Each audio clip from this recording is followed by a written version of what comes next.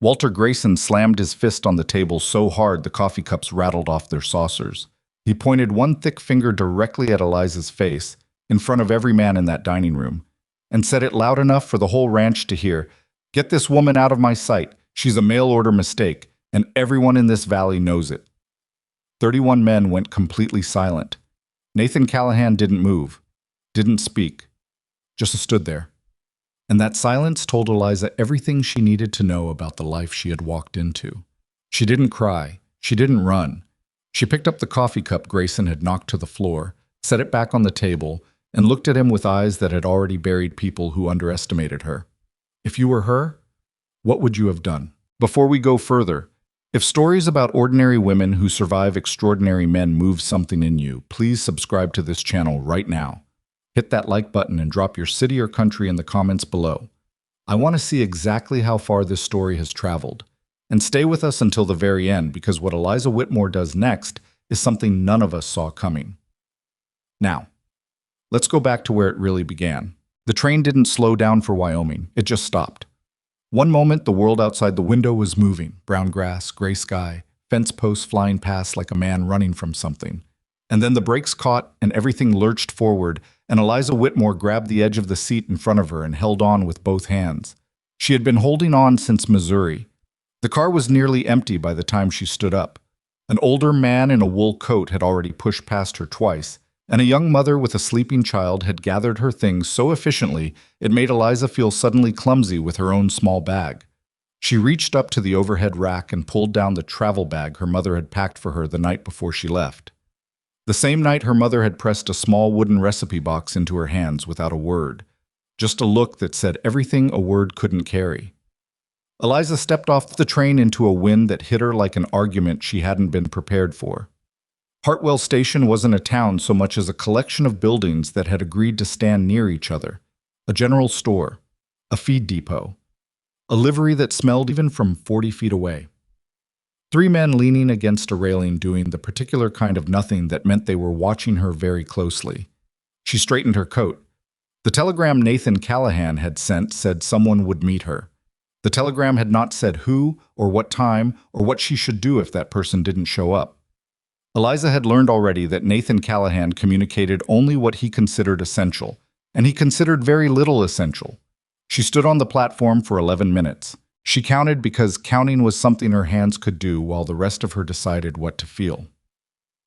A wagon eventually pulled up. Not a nice wagon, not a well-maintained one, but a working wagon that had been used hard for many years and expected to be used hard for many more. The man driving it was somewhere between 40 and 60, with a face like weathered wood and eyes that moved over her the way you'd evaluate a piece of equipment at auction. "You Whitmore?" he said. "Whitmore was my family name," she said. "I'm Mrs. Callahan now." He didn't blink. "Foreman. Name's Gil Sutton." He didn't tip his hat. He did reach down for her bag, but only after a pause that made clear it wasn't out of courtesy. It was because he'd been told to. "Boss said to bring you out before dark." "That's very kind of him," Eliza said. Gil Sutton made a sound that wasn't quite a laugh and wasn't quite agreement. He flicked the reins and the wagon started moving, and Eliza held the recipe box in her lap with both hands and watched Wyoming open up around her like a problem with no obvious solution. She had known Nathan Callahan for exactly 4 days. That wasn't entirely accurate. She had known of him for 3 months through letters that were precise and transactional and revealed almost nothing about the man who wrote them. Nathan Callahan, aged 34, owner of the Callahan Ranch outside Hartwell, Wyoming. 1,500 acres of grazing land, 31 full-time workers, a cattle operation that had survived 2 brutal winters and 1 catastrophic drought.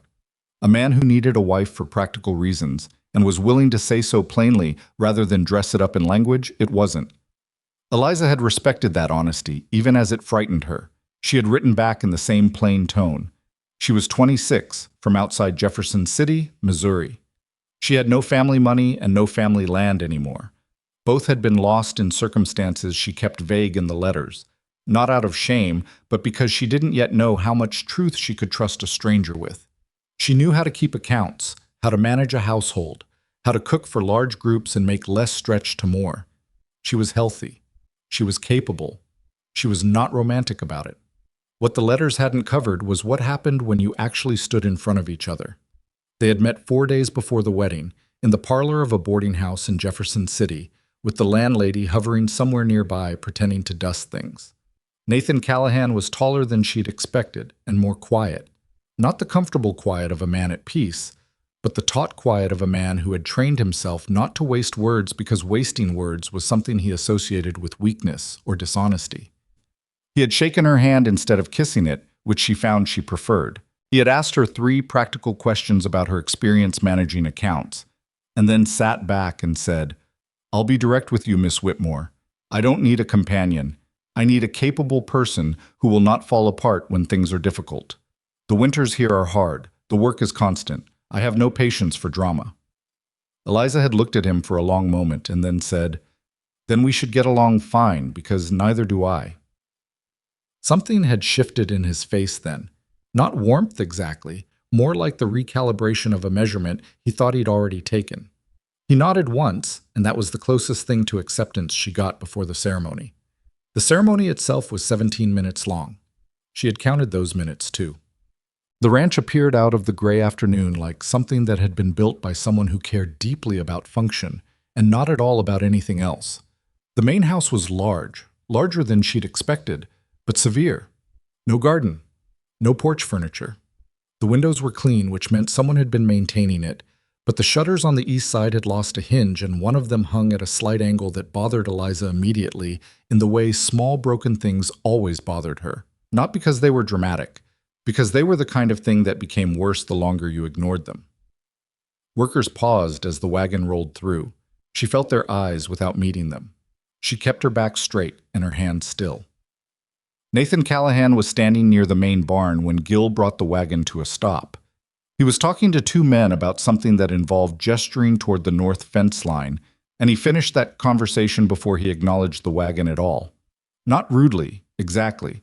More as though he had decided that finishing what you started was a basic courtesy you owed to everyone, including yourself. He walked over. "Mrs. Callahan." A nod. The same nod from the boarding house. "Mr. Callahan." She matched it exactly. He looked at her for a moment as if confirming that she was indeed the person he had sent for and not a substitution. Then he said, "I'll have someone show you the kitchen and the household accounts. Evening meal is expected at 6 o'clock. The men know that." She blinked once. "I've been traveling since 4 this morning." "I know. I don't expect the meal tonight to be anything elaborate. But the schedule matters here." He paused, and she could see him deciding whether to say the next part. He said it.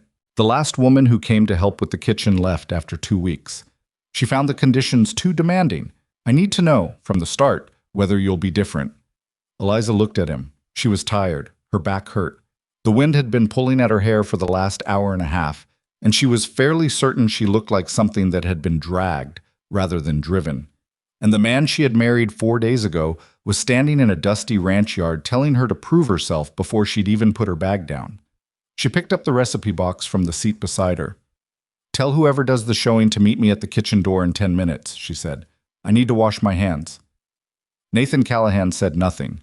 But the recalibration happened again. That small shift behind his eyes that she was starting to recognize as the only tell he had. The kitchen was a catastrophe.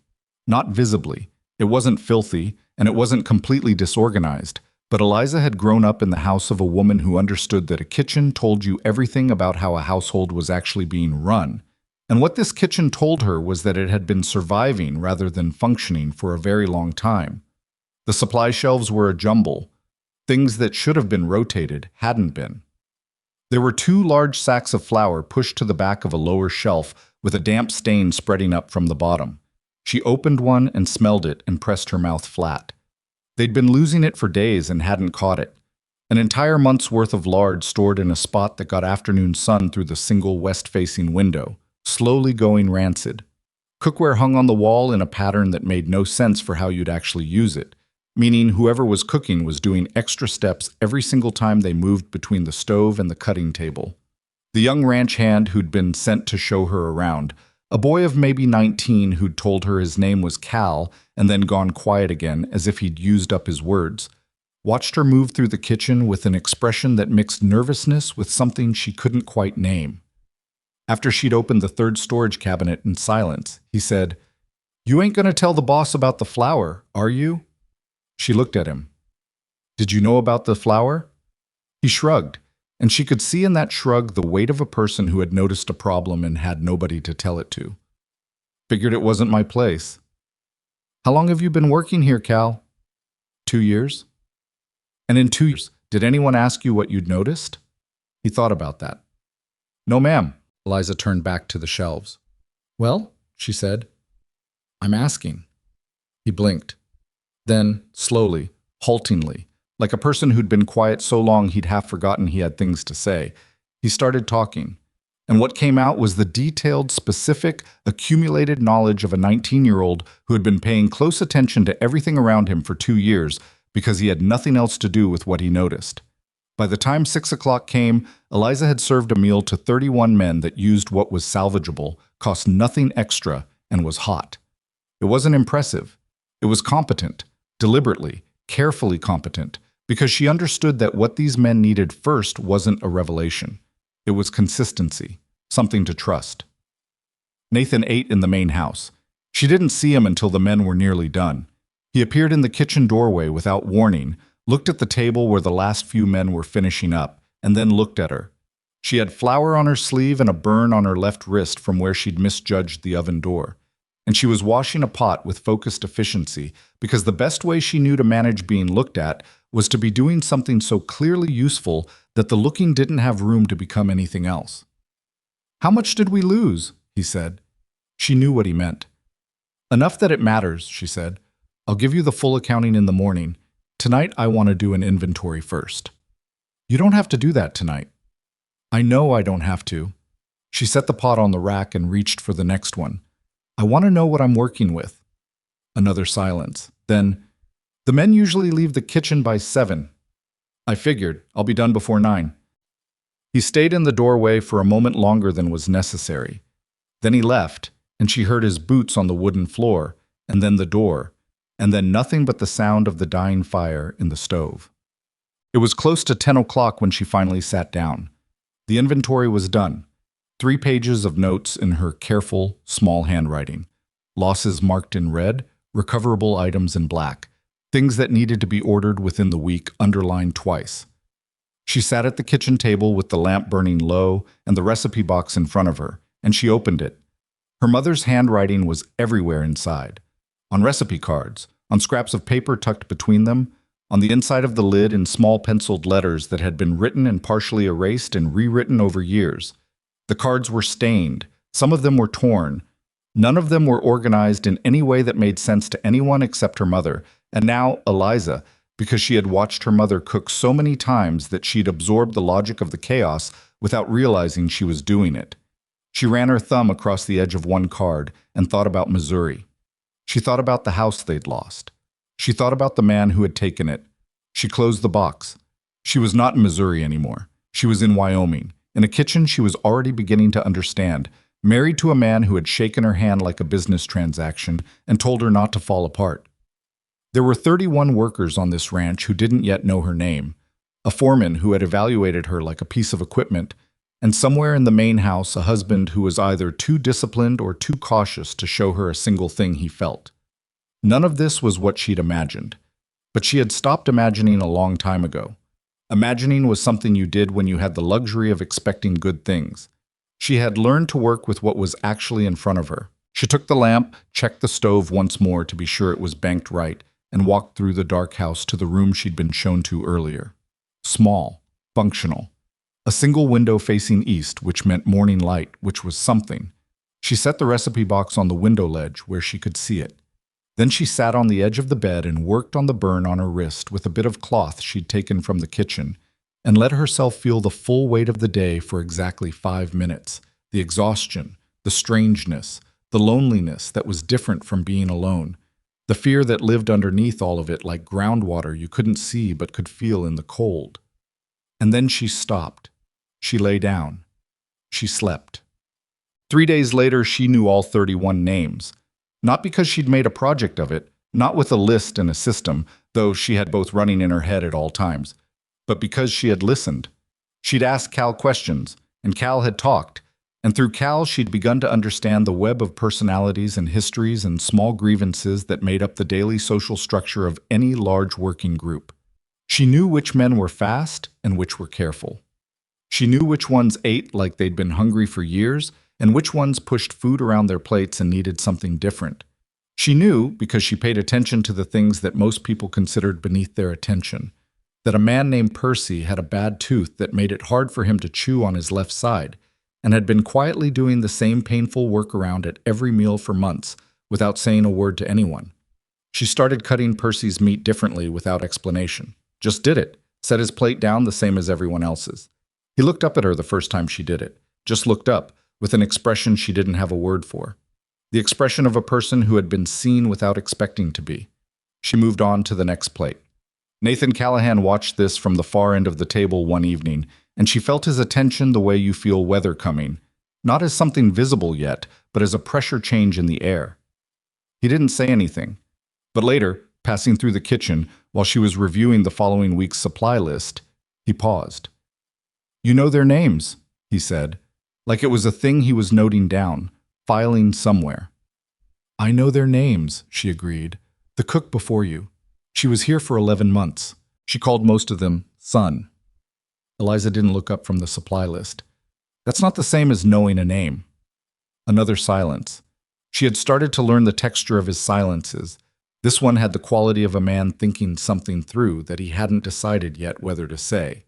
He didn't say it. He left. She added flour to the order list. The good kind, from the right supplier. She had asked Cal which supplier, and Cal had told her, and she had taken that information and cross-referenced it against the supply records, and confirmed that at some point in the last year, someone had switched to a cheaper source without telling anyone, which was part of why the quality of the bread had gone quietly down, without anyone being able to explain exactly why. Small things. They were always small things. Then Walter Grayson came to dinner. Not invited. Not by Eliza, at least. He arrived in the late afternoon with two men she didn't know, in a manner that suggested he considered Callahan Ranch a place he could arrive at without invitation because he had arrived at it that way for years. He was perhaps 50, with a large, well-fed solidity about him that read as authority from a distance, and something closer to deliberate intimidation the nearer you got. His clothes were expensive. His handshake, she saw it happen with Nathan in the yard, was the kind of handshake that was also a small test. Eliza had food on the table for them within the hour. She did it without being asked because feeding people who appeared was something her mother had considered a basic human obligation, and also because she had learned that the most powerful place to be in any room was the person who had provided the food on the table. She was serving the second round of coffee when Grayson first turned his full attention on her. He looked at her the way she had been looked at her whole life by men who had decided in advance what she was, with the particular kind of dismissal that doesn't even bother being rude because it doesn't consider you worth the effort of rudeness. Then something in his eyes sharpened, the way a man sharpens when he has found a new angle on something. "Callahan's bride," he said. "The mail-order wife." He said it pleasantly. That was what made it what it was. "I'd heard he'd sent away for someone. Practical man, Nathan. Always practical." He lifted his coffee cup. "How are you finding Wyoming, Mrs. Callahan? Quite a change from wherever you came from, I imagine." "Missouri," she said, and smiled in the same way he had smiled. "I'm finding Wyoming very educational. I'll bet you are." He set the cup down. "It's a hard place. Not every woman is built for it." He glanced at Nathan with the easy familiarity of men who share a language that didn't include her. "You'll want to make sure she understands that, Nathan. Some women take longer than others to realize when a place isn't right for them." Nathan said something that was technically diplomatic. Eliza didn't listen to it. She was looking at Walter Grayson's hands, specifically at the small leather-bound record book that had slipped slightly from his coat pocket when he'd leaned to set down his cup. She couldn't read it from where she was standing, but she had seen, in the 2 seconds before he tucked it back, that the pages were covered in figures. Columns of numbers, the kind of numbers you kept in private books. She refilled his coffee. She smiled. She thought about her mother's house in Missouri, about the man who had come to dinner there too, with his pleasant manner and his private numbers, and how by the time they understood what those numbers meant, it was already too late. Not this time. She didn't know yet what Walter Grayson was doing. She didn't have proof of anything. She had a feeling, and a flash of a page she couldn't fully read, and the memory of a different disaster in a different kitchen. But she had learned something important in the years since Missouri. Feelings, in the hands of a careful woman who knew how to be patient, had a way of becoming facts. She cleared the dessert plates.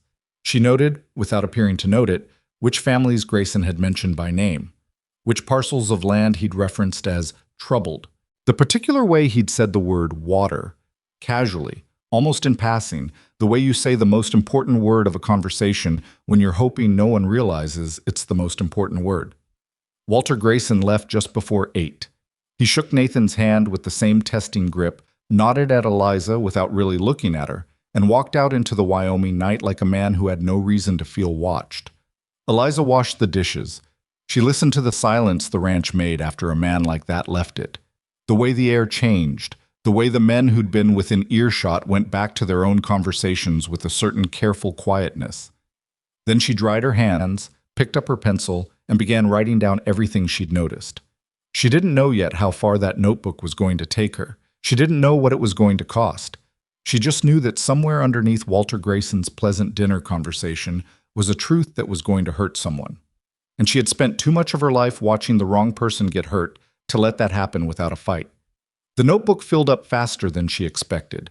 Not because Eliza was careless with her words, she never was, but because once she started paying attention to Walter Grayson in the specific, methodical way she'd learned to pay attention to problems that mattered, she found that there was a great deal more to pay attention to than she'd first understood. It wasn't one thing. It was never one thing with men like him. It was a pattern, the way weather was a pattern. Individual clouds that looked harmless until you stepped back far enough to see the system they were part of. She kept the notebook under the loose floorboard beneath the kitchen work table, which she had discovered on her third day when she'd set a heavy pot down wrong and felt the give. Nobody else seemed to know it was there. Cal might have, but Cal was the kind of person who noticed things and kept them to himself, and she had begun to trust that quality in him the way you trust a well-built shelf. Quietly, and only after you've put some weight on it. The first entry was just names. The families Grayson had mentioned at dinner, in the order he'd mentioned them, with the small annotations she'd noticed in how he spoke about each one. The Harmon family said, "Their land was troubled," he'd said, with the tone of a man describing something he already considered resolved. The Breslin brothers on the north side of the valley, a difficult situation, which he'd followed with a sympathetic shake of his head that had lasted exactly as long as it took to serve the next course. A widow named Pearson, who Grayson had referred to as that poor woman, with a kind of fondness that made the back of Eliza's neck tighten because she recognized it. It was the fondness of someone who found your misfortune convenient. She'd heard that tone before. In Missouri, from a man named Darcy, who had sat at her mother's table and called her father's failing farm such a shame right up until the moment he owned it. The second entry was water. Eliza had grown up in Missouri, not Wyoming, and she had come here knowing nothing about the particular politics of water rights in the High Plains.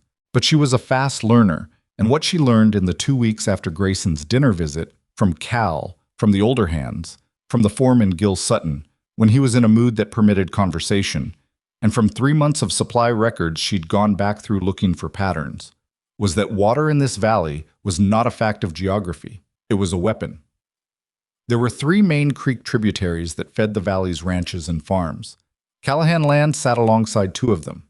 The properties Grayson had mentioned, Harmon, Breslin, the widow Pearson, sat alongside the third, a smaller creek called Sutter Run that came down from the North Hills and fed into the main flow about half a mile east of the Callahan fence line. She drew a map in the back of the notebook. She wasn't a good artist, but she didn't need to be. She needed lines. She needed to see what connected to what. When she looked at the map, something cold moved through her chest. If someone controlled Sutter Run, they controlled not just the water that flowed through it, but the access road that ran alongside it, the only practical road that connected the east side of the valley to the trade route into Hartwell. You could have land, you could have cattle, but if you couldn't get your cattle to market without going through someone else's gate, what you had was a very expensive problem. She didn't say any of this to Nathan, not yet. She wasn't ready to say it to Nathan yet. Partly because she didn't have enough to say it with, and partly because Nathan Callahan was not the kind of man who responded well to half-formed concerns. She had figured that out quickly. He operated on facts, on evidence, on things he could hold in his hand and measure. Telling him she had a bad feeling about Walter Grayson based on a glimpse of a private ledger, and the way the man said the word water would accomplish nothing except make her look like exactly the kind of woman he'd been afraid she was when she arrived. So she learned first. She started with Percy. Not about Grayson. Not directly.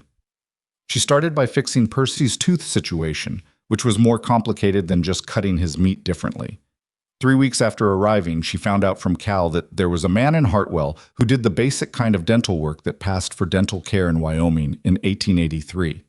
She mentioned it to Percy one morning when she was clearing breakfast, and he thought no one was paying close attention, which was when people were most honest. "I know about your tooth," she said, quiet and direct, not making a production of it. He went still. Then, "It's fine." "It's not fine. You've been chewing on one side for so long, you're going to wear that side down to nothing, and then you'll have 2 problems instead of 1. He looked at the table. "Can't afford to lose a day's work over a tooth." "I'll talk to Mr. Callahan about it." His head came up fast. Don't do that. I don't want, he doesn't need to know. His men can't." "Percy." She said his name with enough steadiness to stop him. "It's not weakness to have a bad tooth. It's weakness to let it ruin something that can be fixed." He was quiet for a long moment. She could see him weighing things she didn't have full access to. His pride, which was the battered kind that comes from years of not having much else to lean on, against the reality of a tooth that had been making him miserable through 2 Wyoming winters. "You really going to talk to him?" Percy said. "I am. He'll think I'm complaining. He'll think I'm managing the workforce efficiently," Eliza said, "which is what I'm doing." She did talk to Nathan that evening. She framed it exactly the way she'd told Percy she would. Not as a hardship complaint, but as a management issue. A worker operating at reduced capacity due to a fixable problem. A small cost now that prevented a larger cost later. Nathan listened with his arms crossed and his face doing the thing it did when he was processing information he hadn't been given before. "There are other men with issues like that?" he said. "Probably," she said. "I haven't finished asking." "You've been asking them things." "When they let me." She looked at him steadily. "Is that a problem?" It wasn't a challenge exactly, but it wasn't nothing either. She watched him decide how to respond to it. Watched the calculation behind his eyes, the question of whether this was something he should push back on or something he should file in the category of things that were working better than expected and therefore should not be disturbed. "No," he said finally, "it's not a problem."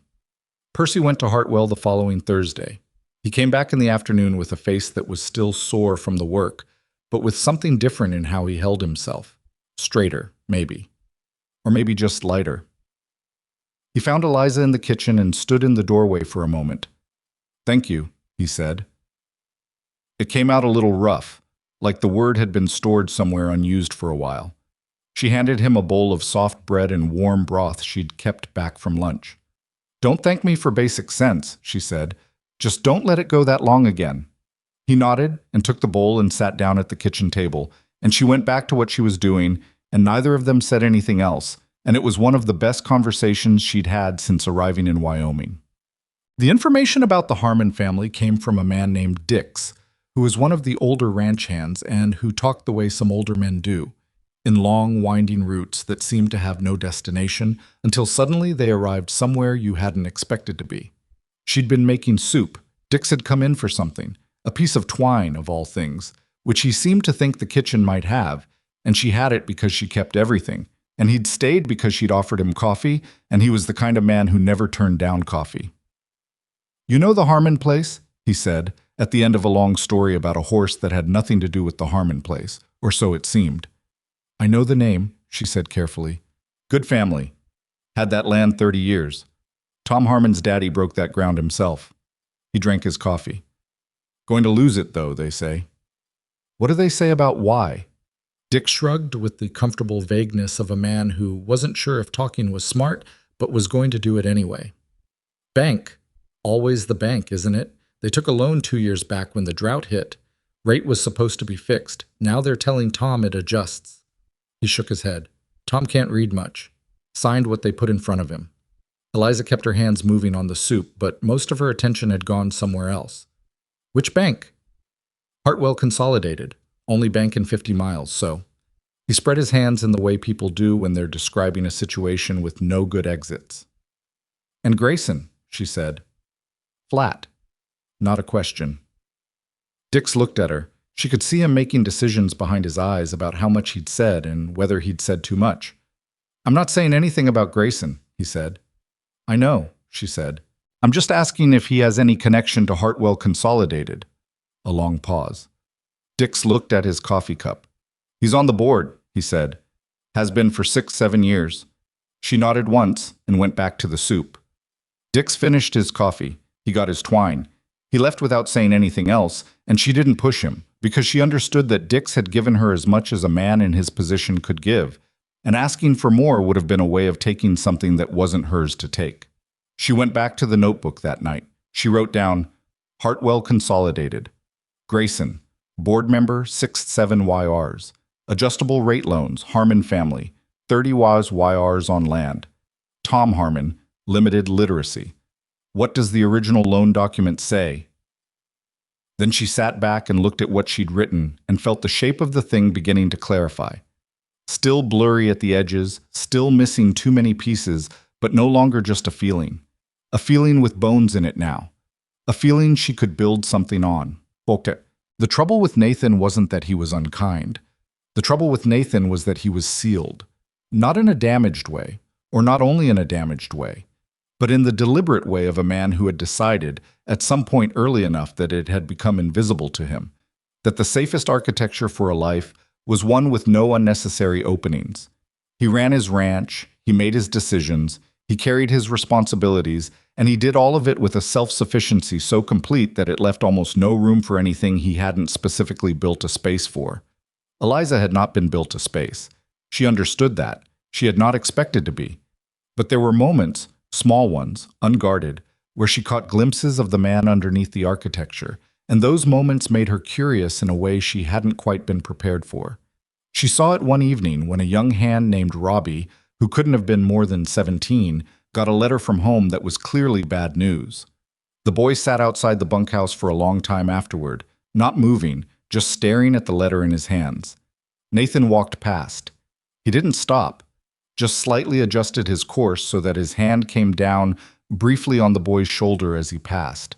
A single press, a second of contact, and then he was already moving on, and Robbie looked up and then back down, and the letter was still terrible, but something in his posture had changed. Nathan hadn't said a word.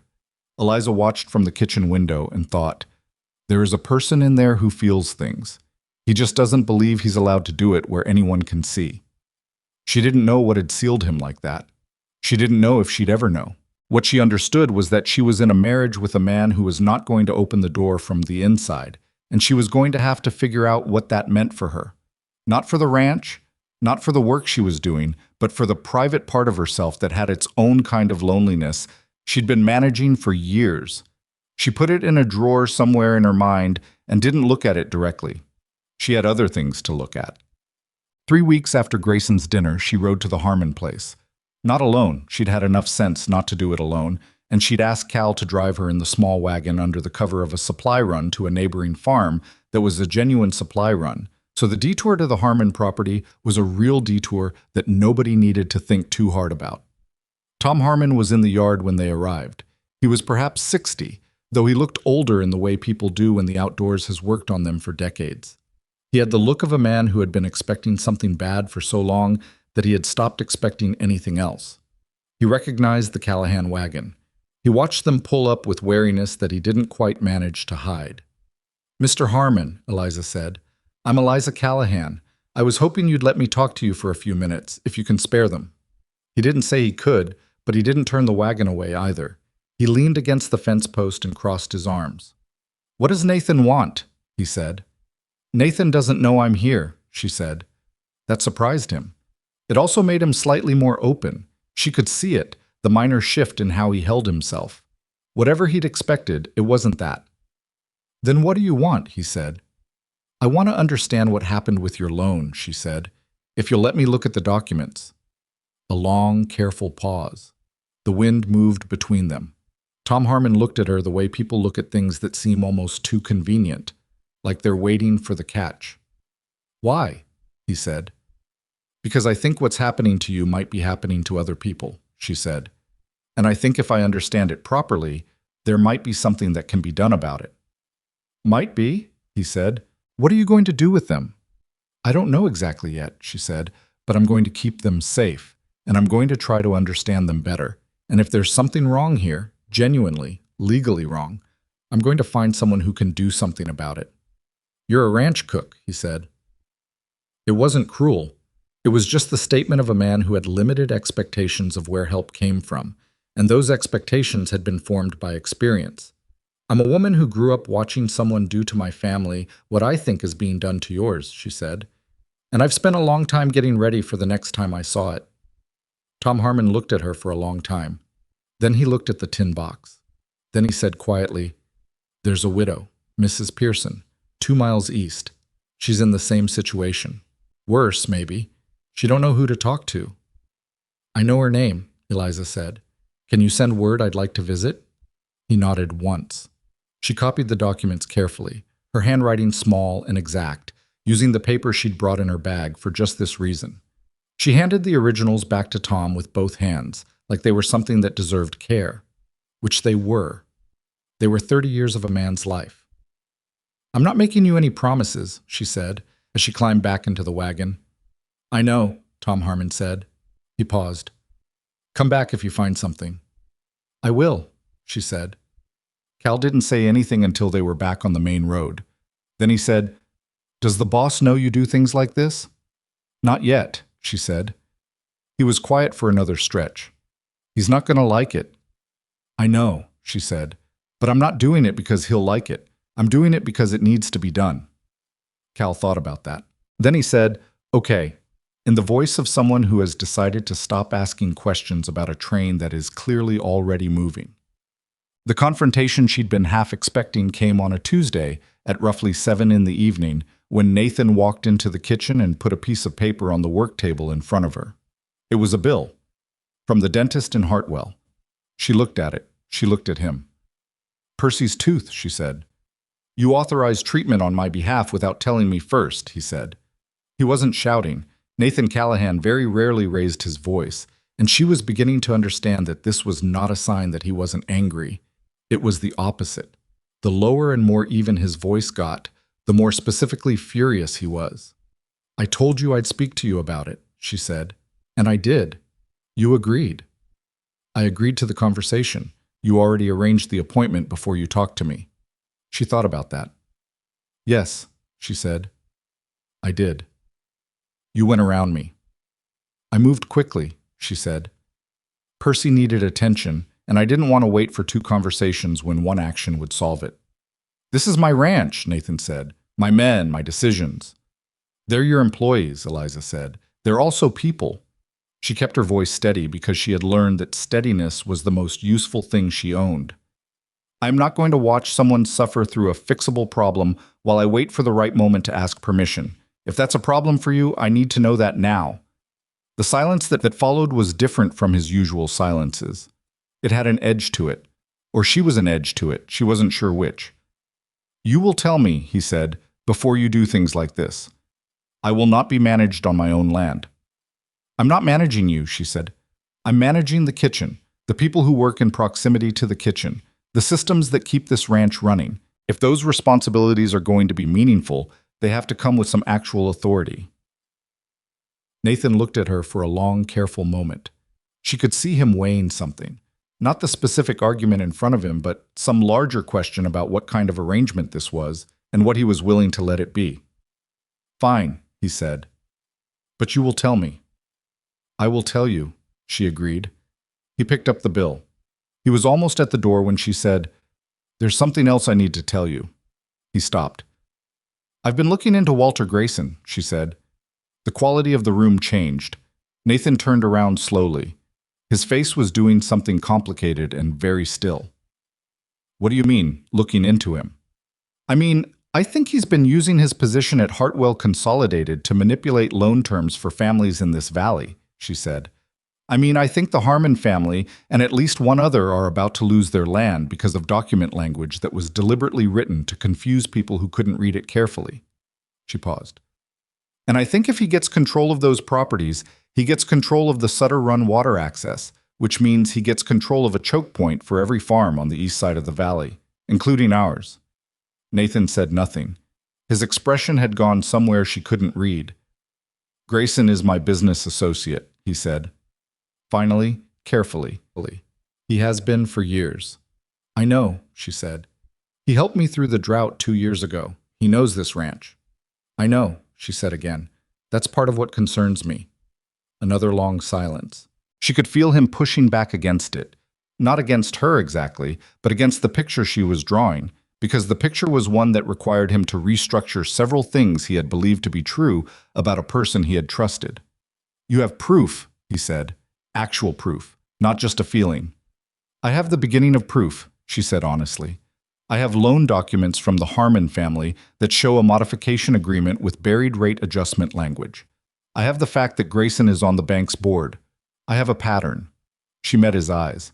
I need more. I know that. I'm not asking you to act on this tonight. I'm telling you because you told me not to go around you, and this is me not going around you.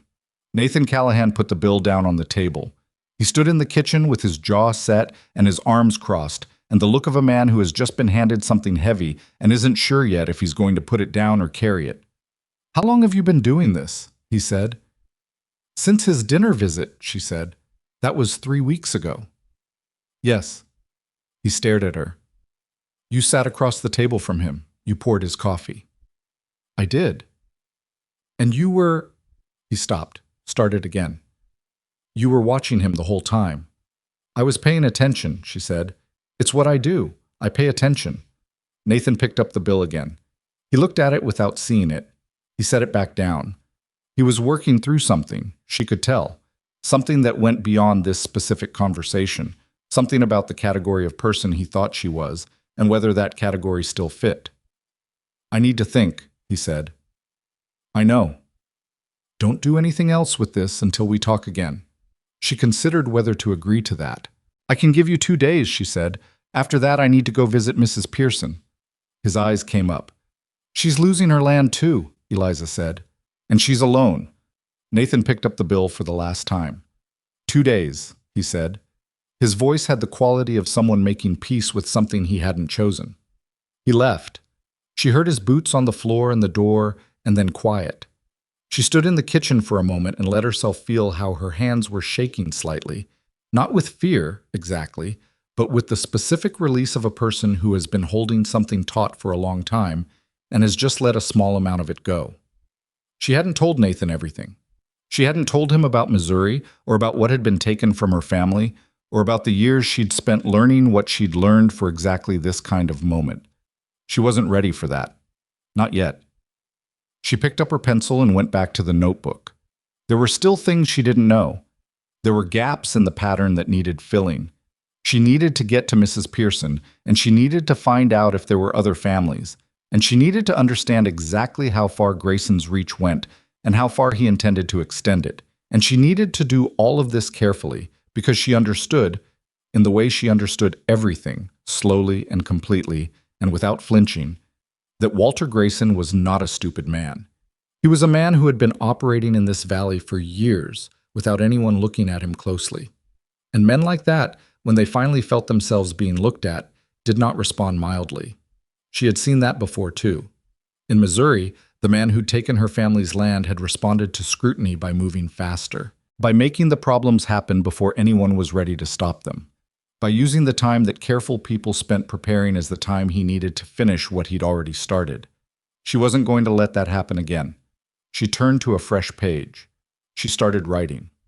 Outside, the Wyoming wind moved against the kitchen window with a sound like something impatient, and the lamp burned low, and the recipe box sat on the counter where she'd put it that morning and left it, because she'd been too busy all day to put it back on the window ledge where it belonged, and she liked having it within sight while she worked. Her mother had always said that the most dangerous thing a woman could be was underestimated. Eliza had spent most of her life being underestimated. She had stopped resenting it a long time ago. She had learned to use it instead. Nathan gave her the 2 days he'd promised. He did not, in those 2 days, bring it up again. He ate at the usual times, gave his usual instructions to Gil in the hands, and moved through the ranch with the same contained purposefulness he always had. But Eliza noticed, because she noticed everything, that twice she caught him standing near the north fence line, looking out toward the direction of the Harmon property, which was not something he usually did. He was thinking. She gave him room to think. On the morning of the 3rd day, he came into the kitchen before the hands were up and poured himself coffee and stood at the window with it, which was also not something he usually did. She was already working, biscuits in the oven, salt pork on the griddle, the quiet, efficient movement of a person who has learned a space well enough to operate it in the dark. She didn't stop what she was doing. "Tell me what you need to go to the Pearson place," he said. She looked at him once, looked back at the griddle. "Cal and the small wagon, a few hours in the afternoon. Take Gil," he said, "not Cal." She understood what that meant. Gil Sutton was the foreman. Sending Gil was a signal, a weight, a message to anyone watching that this visit carried the authority of the Callahan Ranch behind it. Cal was a boy. Gil was a statement. "All right," she said. Nathan drank his coffee. "I was looking at the window again, not at her." "I sent a letter to a man I know in Cheyenne last night," he said. "A lawyer. He handles land and water disputes." Her hands slowed for just a moment, then continued. "When do you expect a reply?" "Week, maybe 2. Depends on the weather and whether he's in town." He set the cup down. "Don't do anything with those documents until I hear back." "I won't act on them," she said, "but I'm going to keep gathering. If Grayson is moving on a timeline, we can't afford to slow ours." A pause. "How do you know he's moving on a timeline?" "Because men like him always are," she said. "They don't sit on schemes. Schemes cost money to maintain, and they don't like idle money." Nathan looked at her then. Fully looked, the way he had in the yard that first day, like he was recalibrating a measurement. "Where did you learn that?" She turned the pork on the griddle. "The hard way," she said. He didn't push it. She was starting to understand that about him too. He had a sense for which questions a person wasn't ready to answer, and he left those alone, which was either courtesy or patience or something between the two that didn't have an exact name. He left before the hands came in. She pulled the biscuits out and set them on the rack and stood there for a second with the oven mitt still on her hand, feeling something she didn't quite have words for. Not gratitude exactly, not trust exactly. Something more like the early, fragile sense of two people learning how to move around each other without collision. It wasn't warmth. It was something more useful than warmth. It was the beginning of a working understanding, and in the life Eliza had been living, working understandings were what you built everything else on.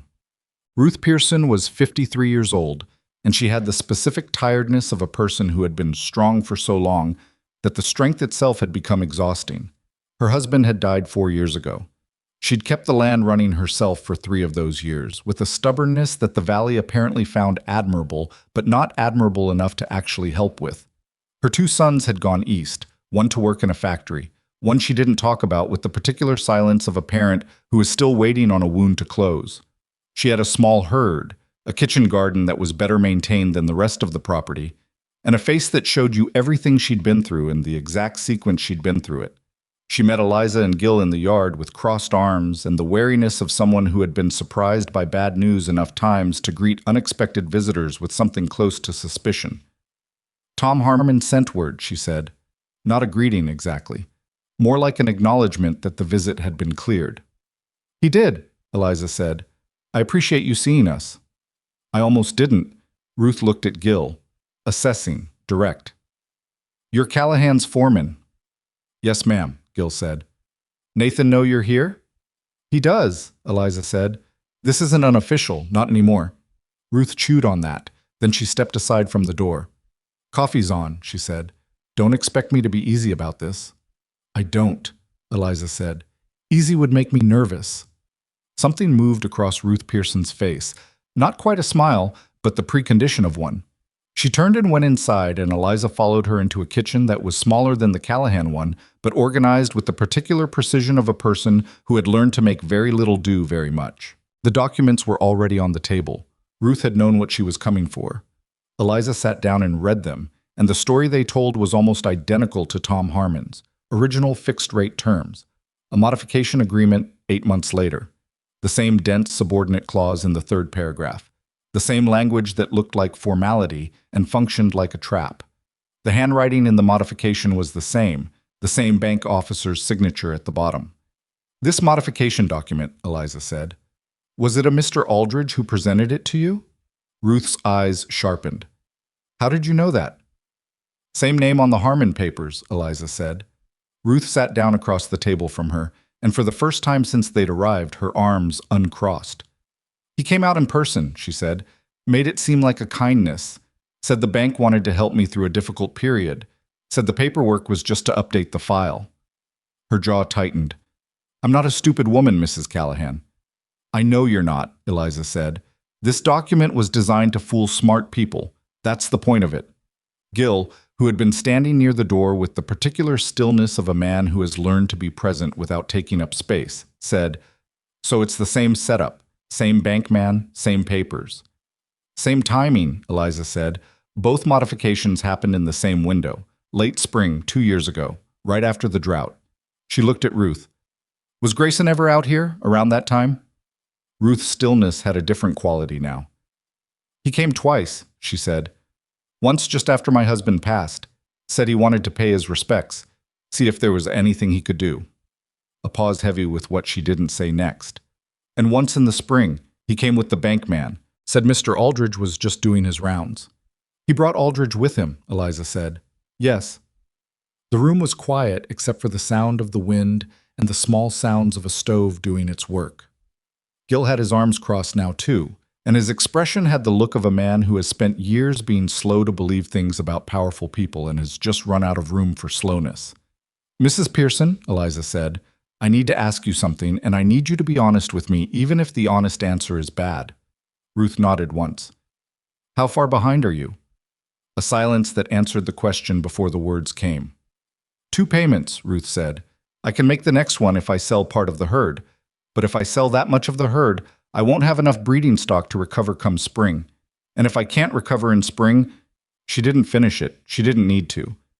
"Have you had any contact from the bank about foreclosure?" "A letter," Ruth said. "Last month. It used the word review. But I know what review means." Eliza looked at the documents for another long moment. Then she said, "Would you let me take copies of these? I want to bring them to a lawyer in Cheyenne. Nathan has already reached out to one." Ruth looked at her for a long time. Not suspicious exactly, more the look of a person who wants very badly to believe something and is holding themselves back from it because they've believed things before and been wrong. "What does Nathan Callahan get out of this?" she said. "His neighbor keeps her land," Eliza said, "and Grayson doesn't get control of the Sutter Run access." "There it is," Ruth said quietly. "It's both things," Eliza said. "I'm not pretending Nathan's interest is purely charitable, but your interest and his interest are the same right now, and 2 people with the same interest are stronger than one." Ruth Pearson reached out and pushed the documents across the table. "Copy what you need," she said, "and tell Nathan Callahan that if this works, I'll remember it. And if it doesn't work, I'll remember that too." "That's fair," Eliza said. "What?"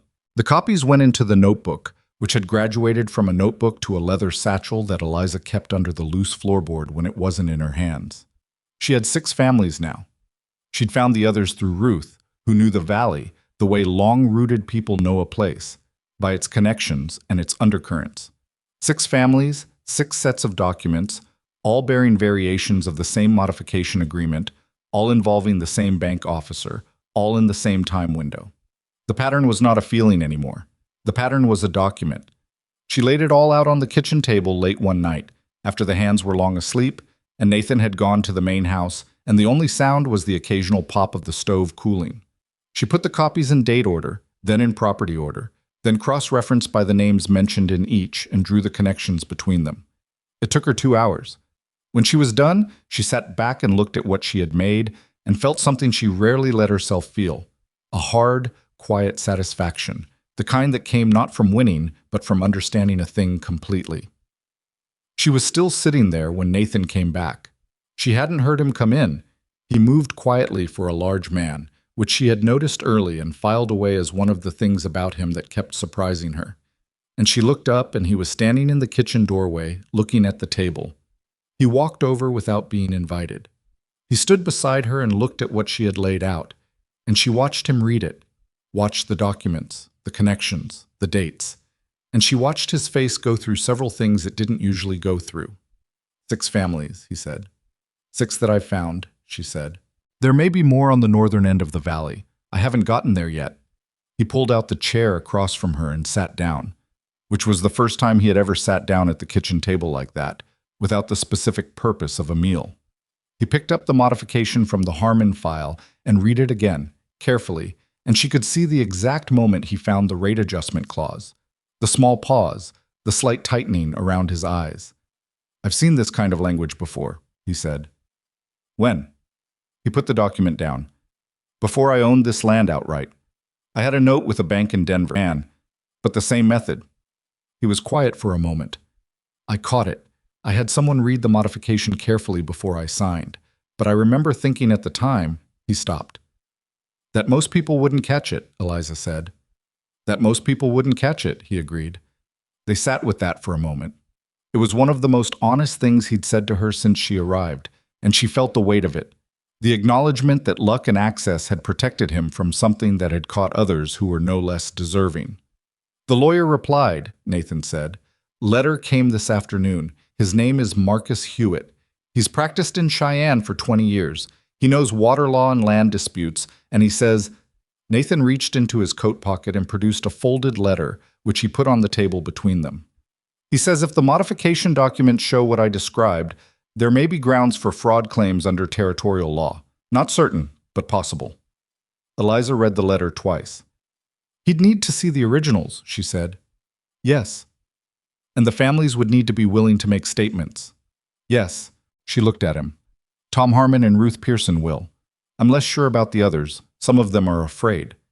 Afraid of Grayson? Afraid of looking foolish, she said. Afraid of starting something they can't finish. Afraid of being wrong and losing whatever goodwill they still have with the bank. She paused. Afraid the way people are afraid when they've been beaten down long enough that fighting back feels like a luxury they can't afford.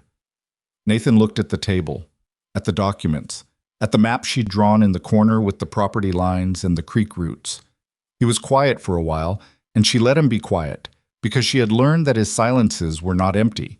They were full of process, of a man working through the implications of things methodically, the way he worked through everything.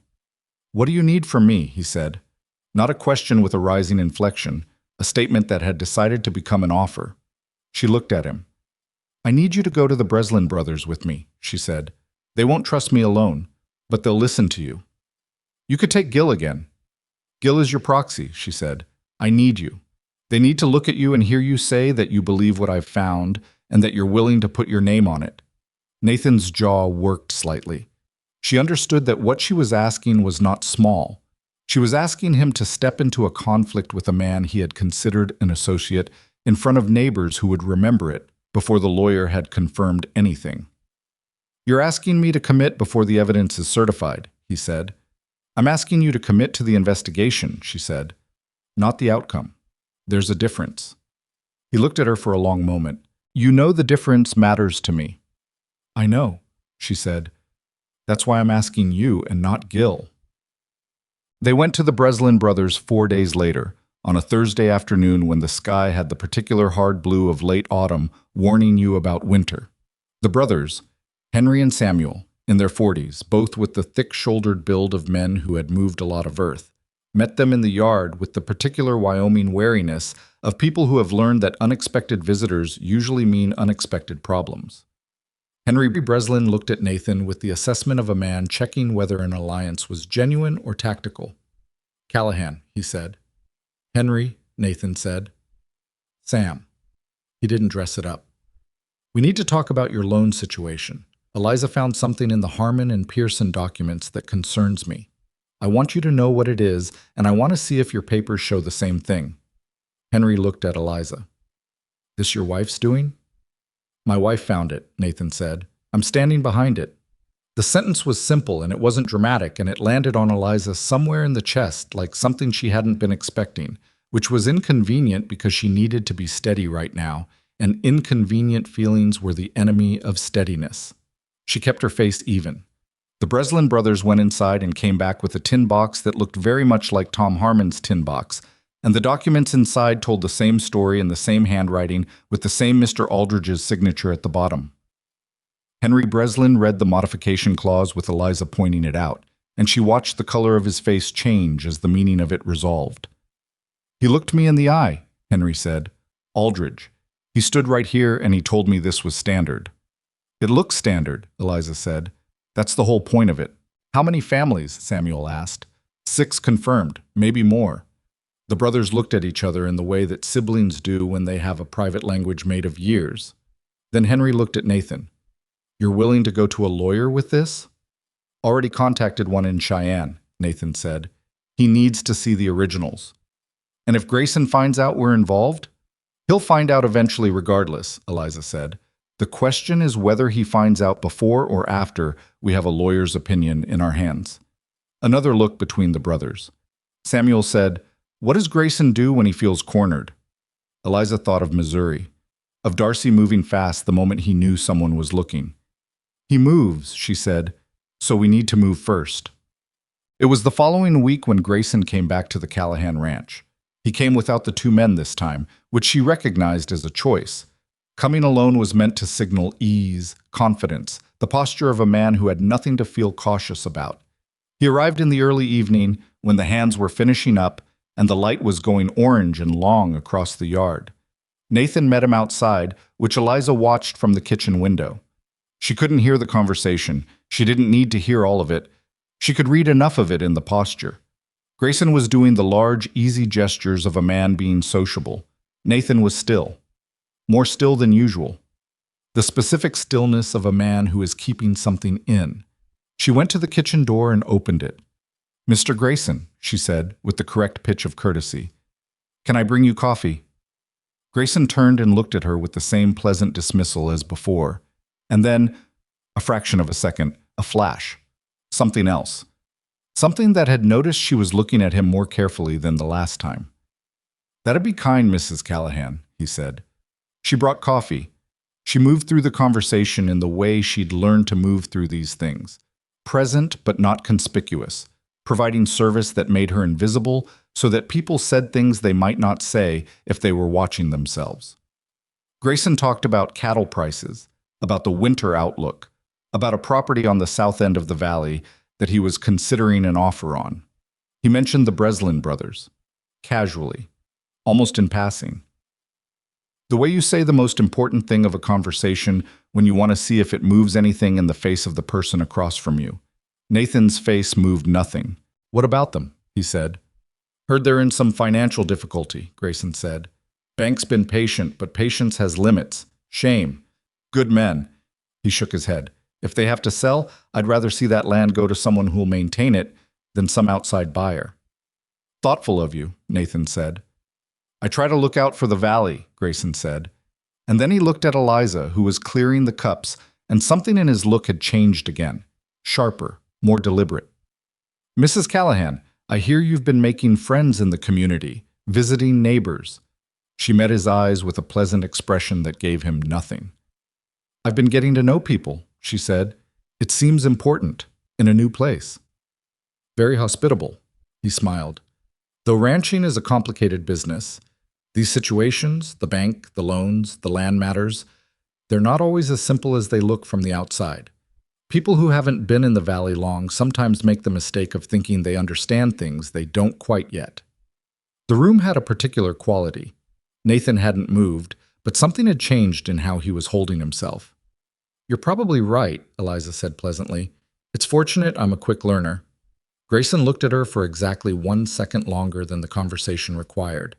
Then he smiled at Nathan and stood up and said he'd better be getting on, long ride back, and Nathan walked him to the yard, and she stayed in the kitchen and listened to the hoofbeats leave. When Nathan came back, he stood in the kitchen doorway. "He knows," he said. "He suspects," she said. "He doesn't know what I have yet. He came to feel out how much we know and whether we're going to be a problem. And now he knows we might be." "He knew that before he came," she said. "Someone in the valley talked. Someone mentioned I'd been asking questions." She wasn't angry about it. She'd expected it. Information moved through a small community like water, finding its level.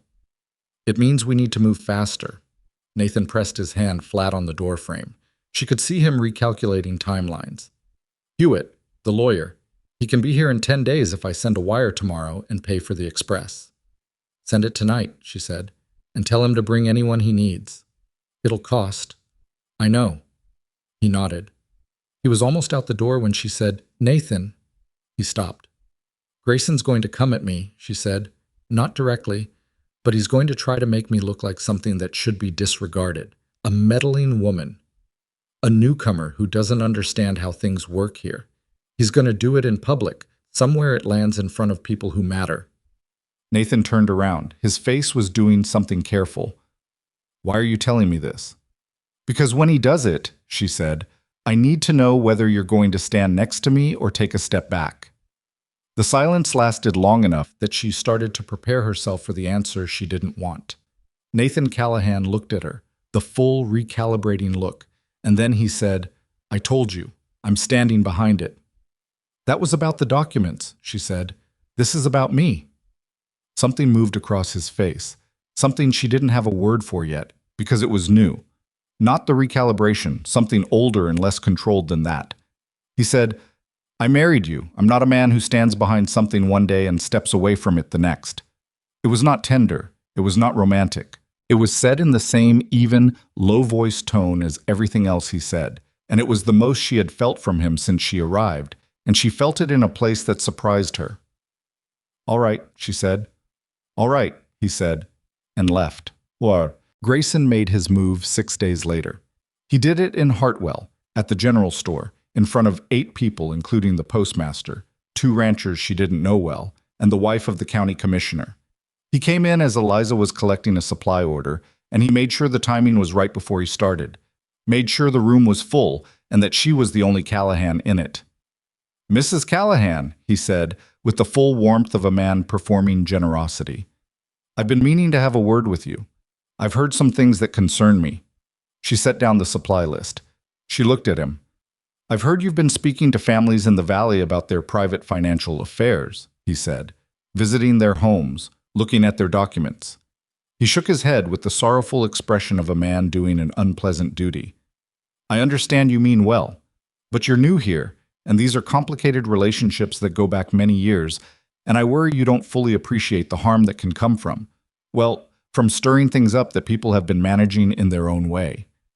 The room had the specific stillness of people who were listening very hard while appearing to do something else. I appreciate your concern, Eliza said. She didn't raise her voice. She didn't adjust anything about her posture. Can I ask, which families specifically have raised concerns with you? He paused. A very small pause, but she caught it. I'd rather not name names, he said. Of course, she said, because it's a general concern. You're speaking on behalf of the community. I'm speaking as someone who has been part of this community for 30 years, he said, and the warmth had developed a harder edge. I'm sure the community is grateful for your investment in it, Eliza said, particularly the families who've taken loans through Hartwell Consolidated. I imagine they feel very cared for. The room was absolutely still now. She could feel every ear in it. Grayson's expression did something quick and unpleasant that he recovered from almost immediately. I see you've been busy, he said. The warmth was gone now. I hope Nathan understands what he's brought into his household. He does, said a voice from the doorway. Nathan Callahan had come in. She didn't know when. She didn't know if he'd planned to be here or if he'd followed her, or if it was the particular chance of a small town where people crossed paths at the wrong and right moments. It didn't matter. He was standing in the door of the general store with his hat in his hand and his eyes on Walter Grayson, and his voice had the specific flat quality she had learned meant he was more serious than he would ever perform. Nathan, Grayson said. He recalibrated fast. She could see it, the pivot to the easier footing of 2 men who knew each other. I was just expressing some concerns about— I heard what you were expressing, Nathan said. He walked into the store and stood beside Eliza. Not in front of her. Beside her. I'm going to save us both some time. Whatever you've heard about what my wife has been looking into, it's true. And whatever you've been building in this valley with those loan modifications, we know about that too. He looked at Grayson with the directness of a man who has decided that directness is the only tool worth picking up. We have a lawyer coming from Cheyenne. We have documents from 6 families, and we have a great deal of patience. Grayson looked at him, then at Eliza, then back at Nathan. The pleasant manner had gone entirely, and what was underneath it was not warmth, and not friendliness, and not even anger. It was the cold assessment of a man calculating. "You're making a serious mistake," Grayson said quietly. "Maybe," Nathan said, "but it's ours to make." Grayson looked at Eliza one more time. It was not the dismissive look from dinner. It was something else. Recognition, perhaps, the specific recognition a man gives to an adversary he has underestimated and is only now, too late, correctly measuring. He left without another word. The door closed behind him and the room breathed again, and nobody said anything for a long moment. Then the postmaster, a small man named Deaver, who Eliza had never heard express an opinion about anything, said to nobody in particular, "Well, that was a long time coming." Eliza walked out of the store after Nathan, and they stood together in the cold air of Hartwell's Main Street, and she looked at him and said, "You didn't plan to be there." "I came for fencing supplies," he said. "You came in exactly the right moment." "Sometimes things work out," he said. He was not a man who acknowledged luck easily, and the small discomfort on his face when he said it told her that. He put his hat back on.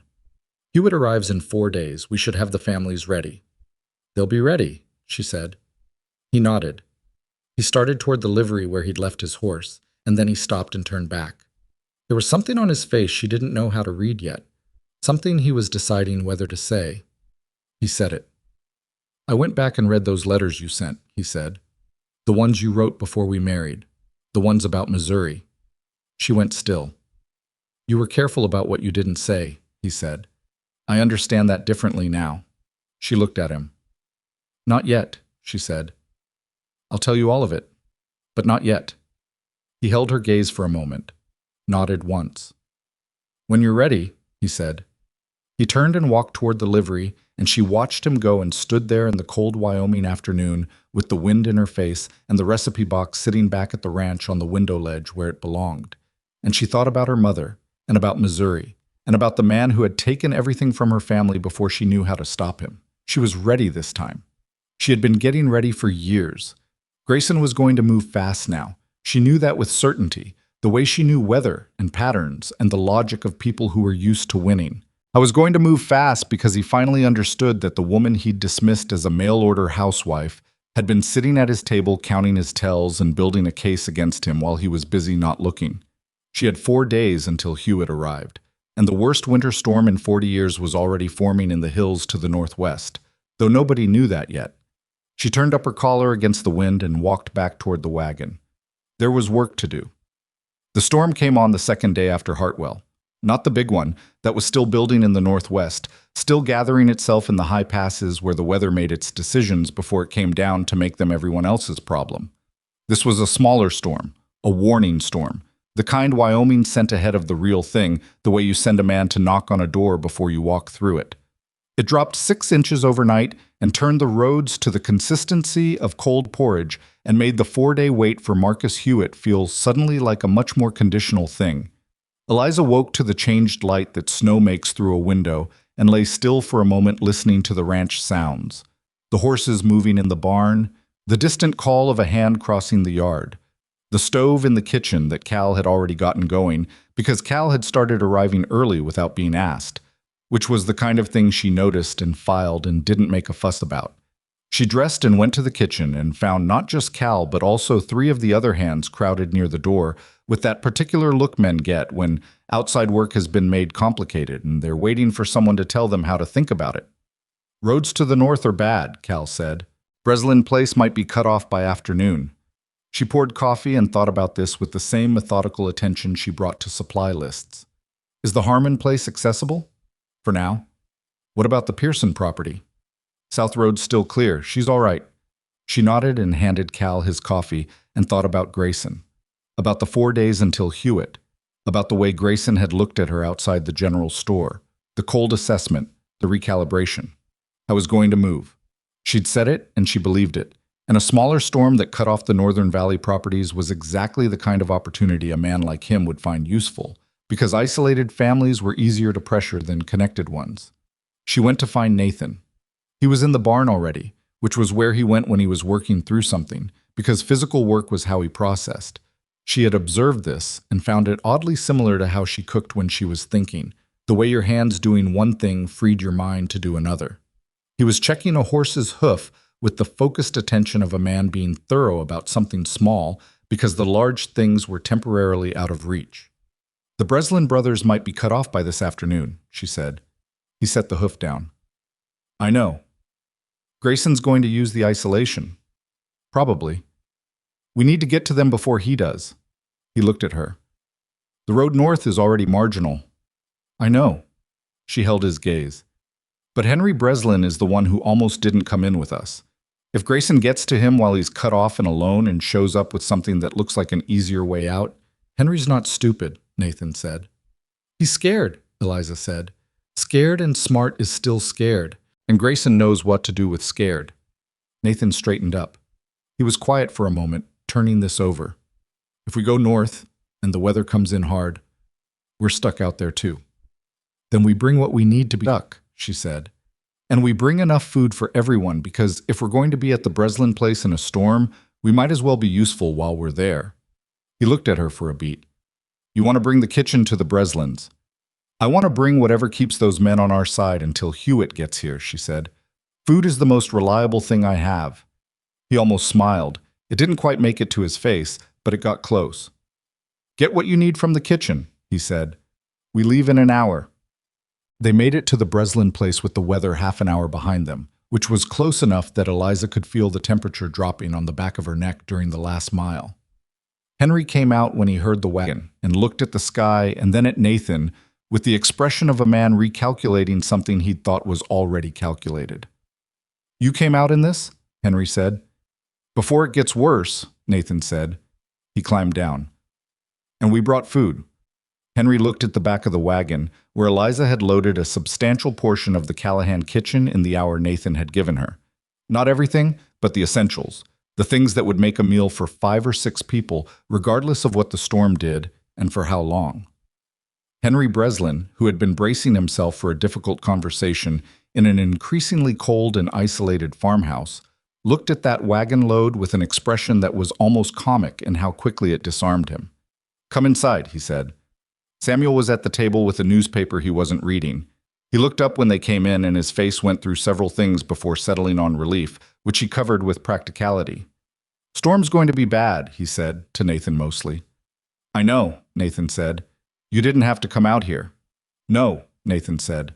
But here we are.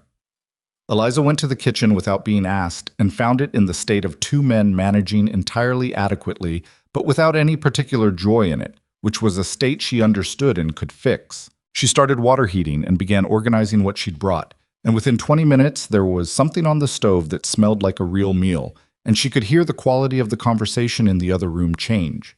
The slight loosening that happened when people could smell food and feel warmth and stopped expending energy on bracing themselves. Henry came into the kitchen doorway. Grayson came by yesterday, he said. She kept her hands moving. What did he offer? A pause. How did you know it was an offer? Because that's what he does when he's worried, she said. He comes with something that looks like a solution. Henry leaned against the doorframe. He had the look of a man who'd already made a decision and was telling her about it after the fact, which was a kind of honesty she respected. He said if we signed over the North Quarter to him, just the North Quarter, the part along Sutter Run, the bank would refinance the rest of the loan at the original rate. Clean terms. No more adjustment clause. She turned and looked at him. And if you don't sign the North Quarter over? He said the bank would have to proceed with the review. Henry's jaw was tight. He said it like it was out of his hands, like he was just the messenger. He's not the messenger, Eliza said. He's the whole operation. I know that. Henry pushed off the doorframe. I didn't sign anything. I told him I needed to talk to Samuel, but Mrs. Callahan... He stopped. Say it, she said. If Hewitt doesn't come, or if he comes and tells us there's nothing to be done legally, what are we left with? We can fight and lose everything, or we can give him the North Quarter and keep the rest. He looked at her directly. That's not a question with an obvious answer. No, she said. It's not. She turned back to the stove. But here's what I know. The North Quarter is Sutter Run access.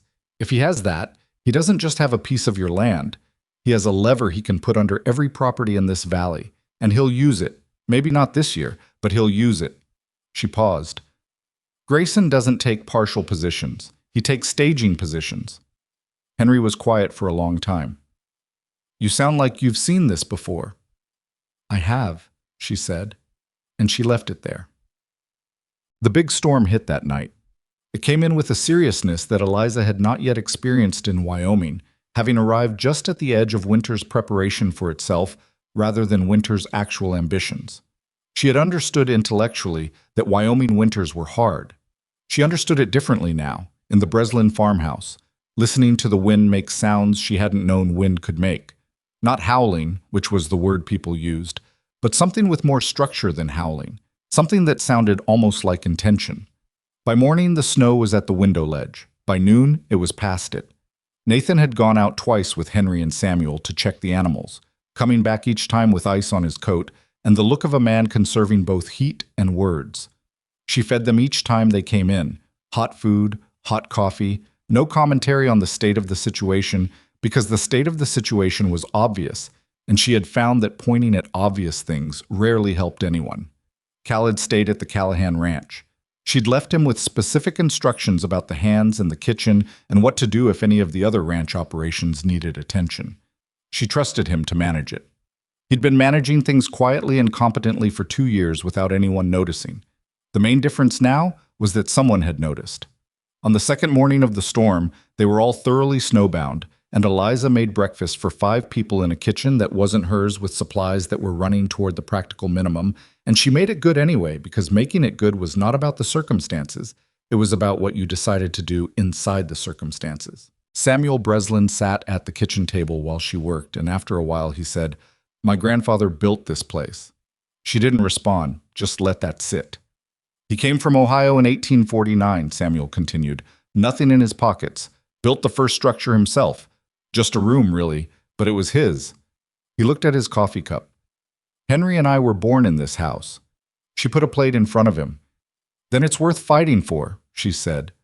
"As long as you understand what fighting means here." "What does it mean?" he said, not dismissive, genuinely asking. "It means not signing anything with Grayson's name on it until Hewitt has seen your documents," she said. "It means waiting out the weather, same as you're doing right now. It means trusting that the law can do something here, even when it feels like the law is slow and Grayson is fast." "And if the law can't?" "Then we figure out the next thing," she said. "But I'm not ready to believe the law can't. Not yet." Samuel picked up his fork. "You're more stubborn than you look," he said. "Most people are," she said. "Us." The storm broke on the third day, partly. Not fully.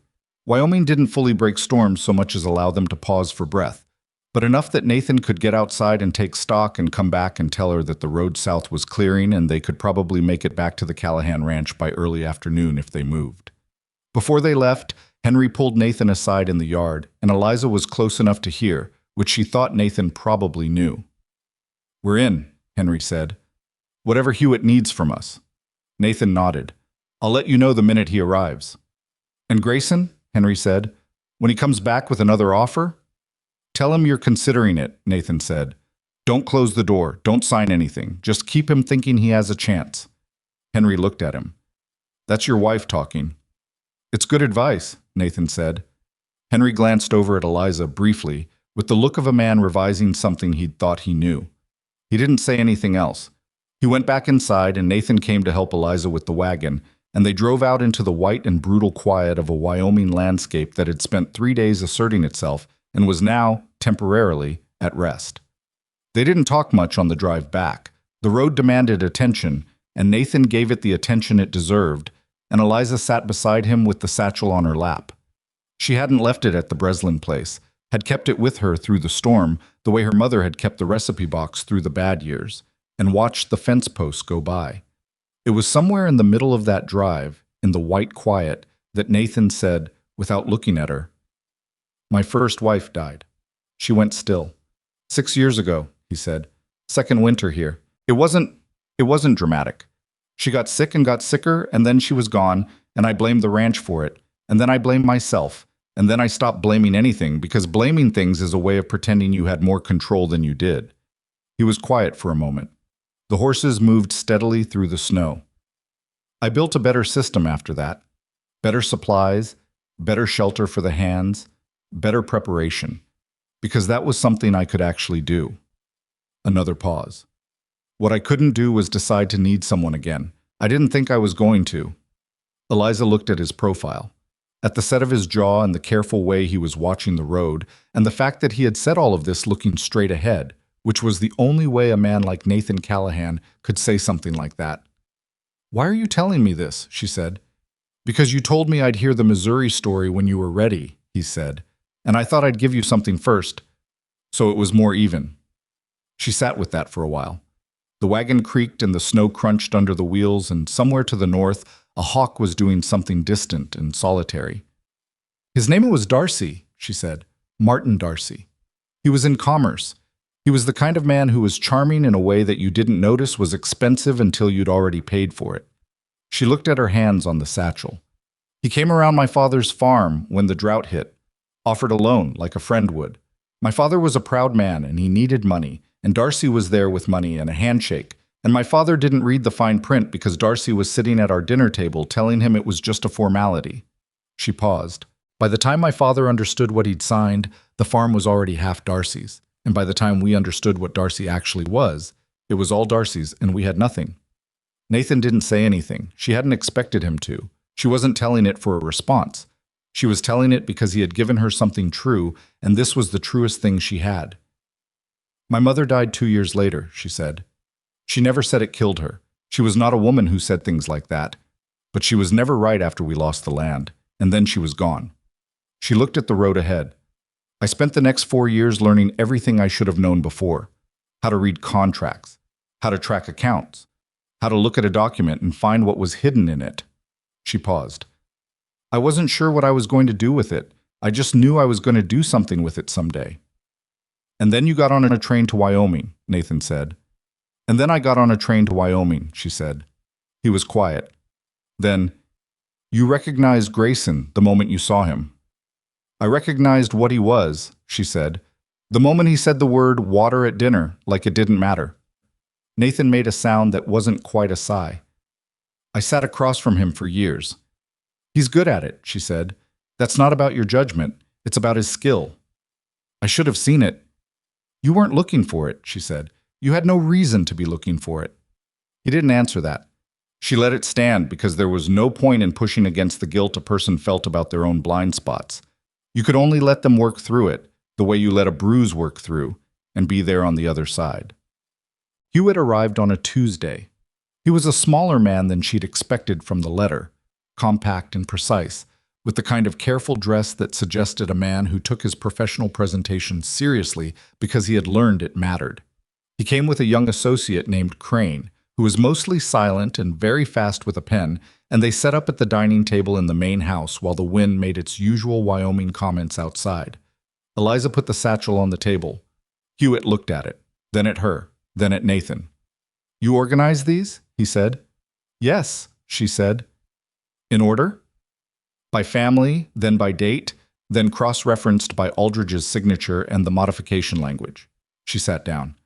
"I've marked the third paragraph clause in each modification document with a small pencil mark in the margin. I can walk you through the pattern if you'd like." Hewitt and Crane exchanged a look that she couldn't fully read. Then Hewitt pulled the satchel toward him and opened it and began to read. He read for a very long time. Crane made notes.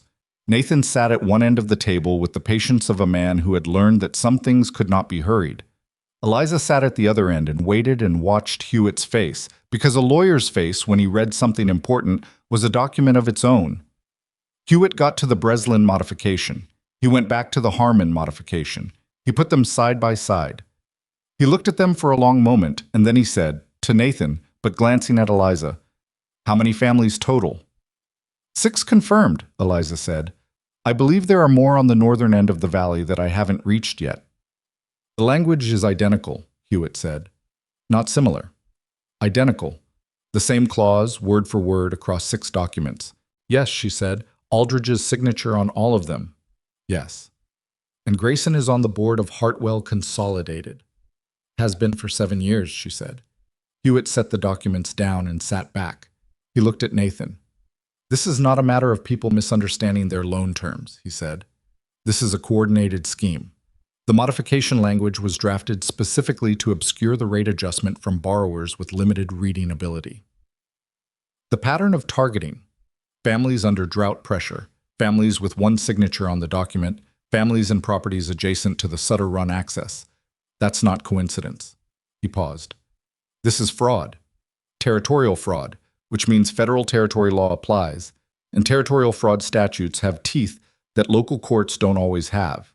Nathan said, "What do you need?" "Originals," Hewitt said. "I need the original documents from each family. I need signed statements from each family." Head willing to testify to the circumstances of the modification signing, who was present, what was said, what they were told the document meant. And I need at least one person who can establish Grayson's direct involvement in directing the modification scheme, not just his board membership, but evidence of his instruction to Aldridge. Eliza reached into the satchel and produced a single sheet. Ruth Pearson told me that Grayson brought Aldridge to her property personally for the modification signing, she said. She'll testify to that. Tom Harmon told me Grayson visited him the week before Aldridge appeared. He'll testify to that. I have both of those statements in writing, signed, that I had them make when I visited. Hewitt took the sheet, read it, looked at her again with the careful assessment of a man who has encountered something he wasn't fully expecting. You had them sign statements before you had a lawyer involved. I had them sign accounts of their own experience, she said, in their own words. I told each of them what I was doing and why. I told them I didn't know yet if it would be useful, but I thought it was better to have it and not need it. A pause. Are you trained in law? No, she said. I'm trained in paying attention. Hewitt looked at Crane. Crane was writing very fast. Hewitt looked back at the documents. Mrs. Callahan, he said, if the statements hold and the families will testify, what you have assembled here is the foundation of a fraud case that could strip Grayson of his board position and potentially of the properties he's already acquired through this scheme. He paused. It will not be quick. It will not be simple. Grayson will fight it. I know, she said. He has resources. I know that too. And he will target you personally, Hewitt said. He'll try to discredit the investigation through you. Challenge your standing, your knowledge, your motivations. He already has, she said. It didn't work. Hewitt looked at Nathan. Nathan looked back at him with the expression of a man who has already decided something and is not looking for confirmation. What do we do first? Nathan said. We go to each family and collect the originals, Hewitt said. I'll need to meet with them myself. And I need to move quickly, because if Grayson has any sense of what we've assembled, he knows something is coming, Eliza said. He doesn't know exactly what, but he knows. Then we have a narrow window, Hewitt said. A day, maybe 2, before he takes action. Grayson's action came that same evening. A rider arrived at the ranch just before dark. Not someone Eliza recognized, one of the men who moved through the valley in the particular capacity of carrying messages for people who preferred not to be seen carrying messages themselves. He handed Nathan a sealed letter and left without waiting for a response. Nathan brought it to the dining room where Hewitt was still working. He opened it and read it and put it on the table without a word. Eliza picked it up. It was brief. It was precise. It was written in the tone of a man who had decided that the time for pleasant conversation was over. Grayson informed Nathan that certain allegations had apparently been circulating regarding his business practices, and that he considered such allegations defamatory and actionable.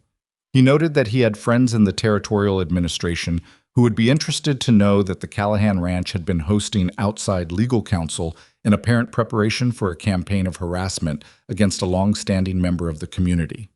He noted, most carefully, most deliberately, that water allocation agreements in this valley were informal and historical and could be subject to renegotiation at any time, and that the Callahan Ranch's access to the eastern tributary had never been formalized in a way that would survive serious scrutiny. He was threatening their water. Nathan's jaw was set in the way she'd come to recognize as the outer limit of his control. He picked the letter up and handed it to Hewitt without a word. Hewitt read it. He's accelerating, he said. Can he actually do what he's threatening? Nathan said. The water access? Not easily, Hewitt said. Not without a formal proceeding.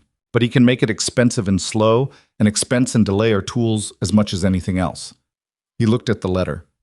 This also tells us something. He wouldn't make this threat if he were confident. A confident man waits. This is a man who has seen the size of what we have and is deciding to hit first. What does that mean for the timeline? Eliza said. It means we go to the families tomorrow, Hewitt said. First light, all of them. The Breslin Road will be clear enough, she said. She had already been thinking about the route, the order, the time each visit would take. We go Harmon first, closest. Then Breslin, then Pearson, then the others. If we start at dawn, we can be back by evening. Hewitt nodded. He looked at her with the expression of a man making a final calibration. Mrs. Callahan, I have to ask you something directly. Go ahead, she said. You understand that your involvement in this case, your role in gathering the evidence, your visits to the families, your relationship to all of this, will be used by Grayson's defense to suggest the evidence is tainted. He'll say you had a personal grievance and shaped what you found. I know, she said. And you have a personal grievance, Hewitt said. Missouri. Whatever happened there. She looked at him steadily. I have a personal understanding of how this scheme works, she said. That's different from a grievance. A grievance would have made me sloppy. What happened in Missouri made me careful. She paused. Every document in that satchel is exactly what it appears to be. I didn't create anything. I didn't shape anything. I read what was in front of me, and I copied it accurately, and I connected the things that were already connected. She met his eyes. You'll find it holds. Hewitt held her gaze. Then he nodded. I believe you, he said. Don't believe me, she said. Verify it. That's what lawyers are for. Nathan found her in the kitchen that night, after Hewitt and Crane had retired to the guest rooms, and the ranch was quiet. She was washing up, the last of the evening's dishes, a thing she did partly out of habit, and partly because the rhythm of it helped her think. He came in and sat down at the kitchen table, and she was reminded of the first night he'd appeared in the kitchen doorway. How different that moment was from this one. How much had changed between those 2 points. Are you scared? He said. She thought about it. Actually thought about it, because the question deserved that. Not of the outcome, she said. I think we have enough. Hewitt thinks we have enough. She rinsed a cup. I'm scared of what happens between now and the outcome. The window where Grayson is dangerous and we're not done yet. What do you need? She set the cup on the rack. I need you to keep the families steady if Grayson makes them another offer before tomorrow. I need you to be the one who calls them, not me, because they trust you in a different way than they trust me. She paused. And I need you to be honest with me if you get scared too. He was quiet. I don't scare easy, he said. I know, she said. That's not the same as not scaring. He looked at her. The kitchen lamp was low, and the light it made was the kind that softened everything except what was actually there. And what was actually there, she thought, was 2 people who had made a business arrangement and ended up somewhere neither of them had planned. I'm not scared, he said, but I'm angry. I've been angry since I read those loan documents. He looked at his hands, flat on the table. I sat across from him. I thought he was a man I could take at his word. He's been doing this for years, she said. He's had a lot of practice being the kind of man you take at his word. I should have looked harder. Nathan, she turned to face him. You cannot carry the guilt for what a dishonest man did to your neighbors. You can only do what you're doing, which is standing up now that you know. She paused. That matters. Doing the right thing late is not the same as not doing it. He looked at her with something on his face she didn't have a name for yet. Something that was complicated and quiet, and had more than one layer to it. I judged you before I knew you, he said. I told Gil you wouldn't last the winter. She blinked. Gil told you that I knew? No, he said, but you did know. I suspected, she said. I'm telling you now, he said, because you told me something true on the wagon, and I owe you something true back. He held her gaze. I was wrong about you. I was wrong in a specific and significant way, and I want to say that plainly.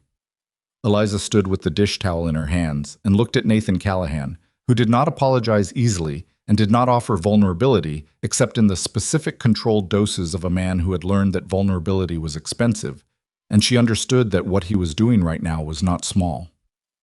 "You're not wrong about me now," she said. "That's what matters." He nodded.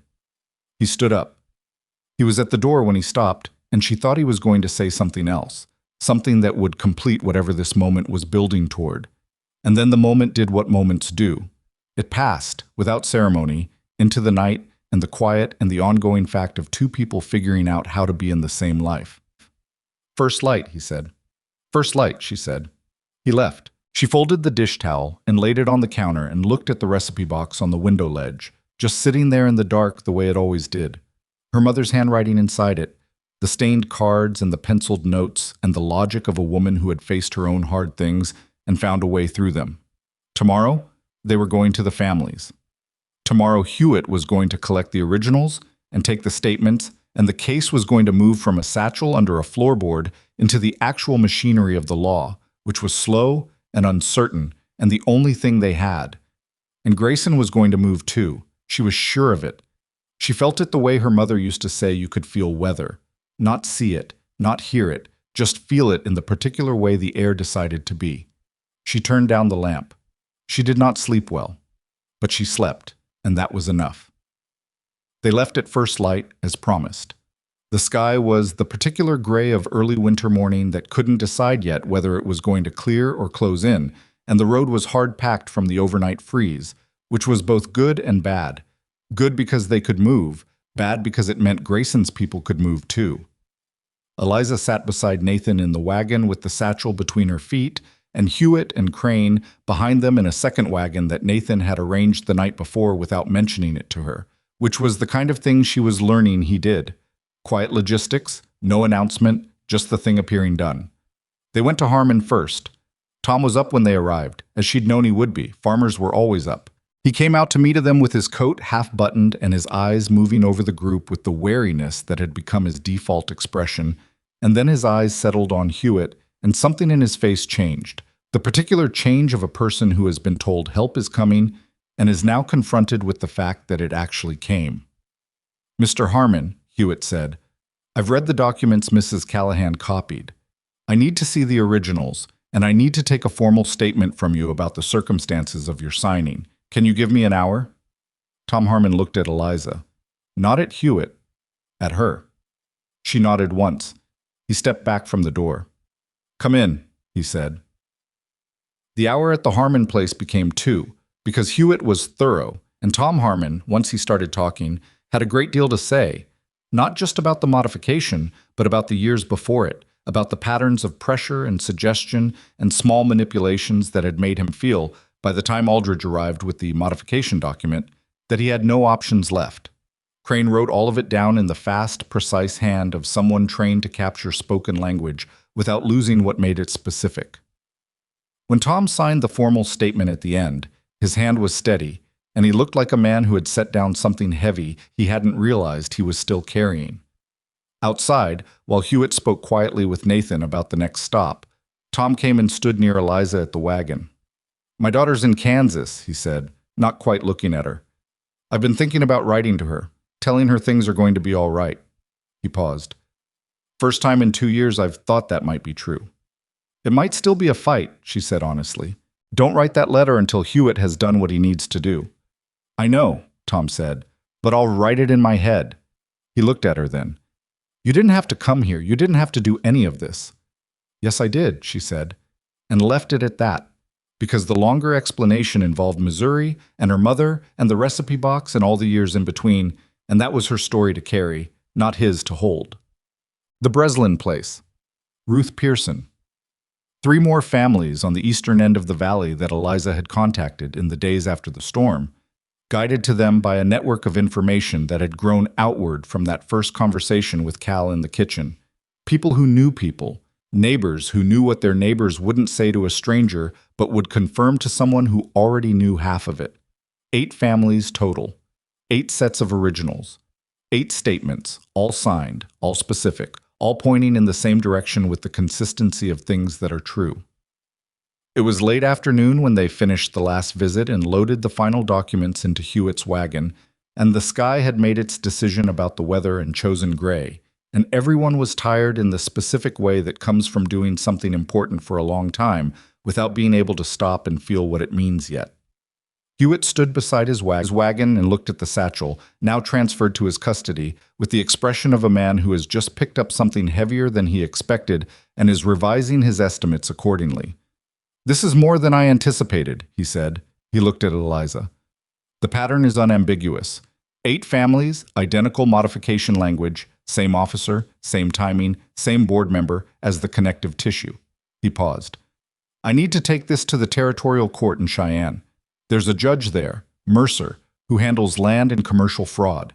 He's honest and he's slow, and he won't be pushed, but he is genuinely honest, which matters more than the speed."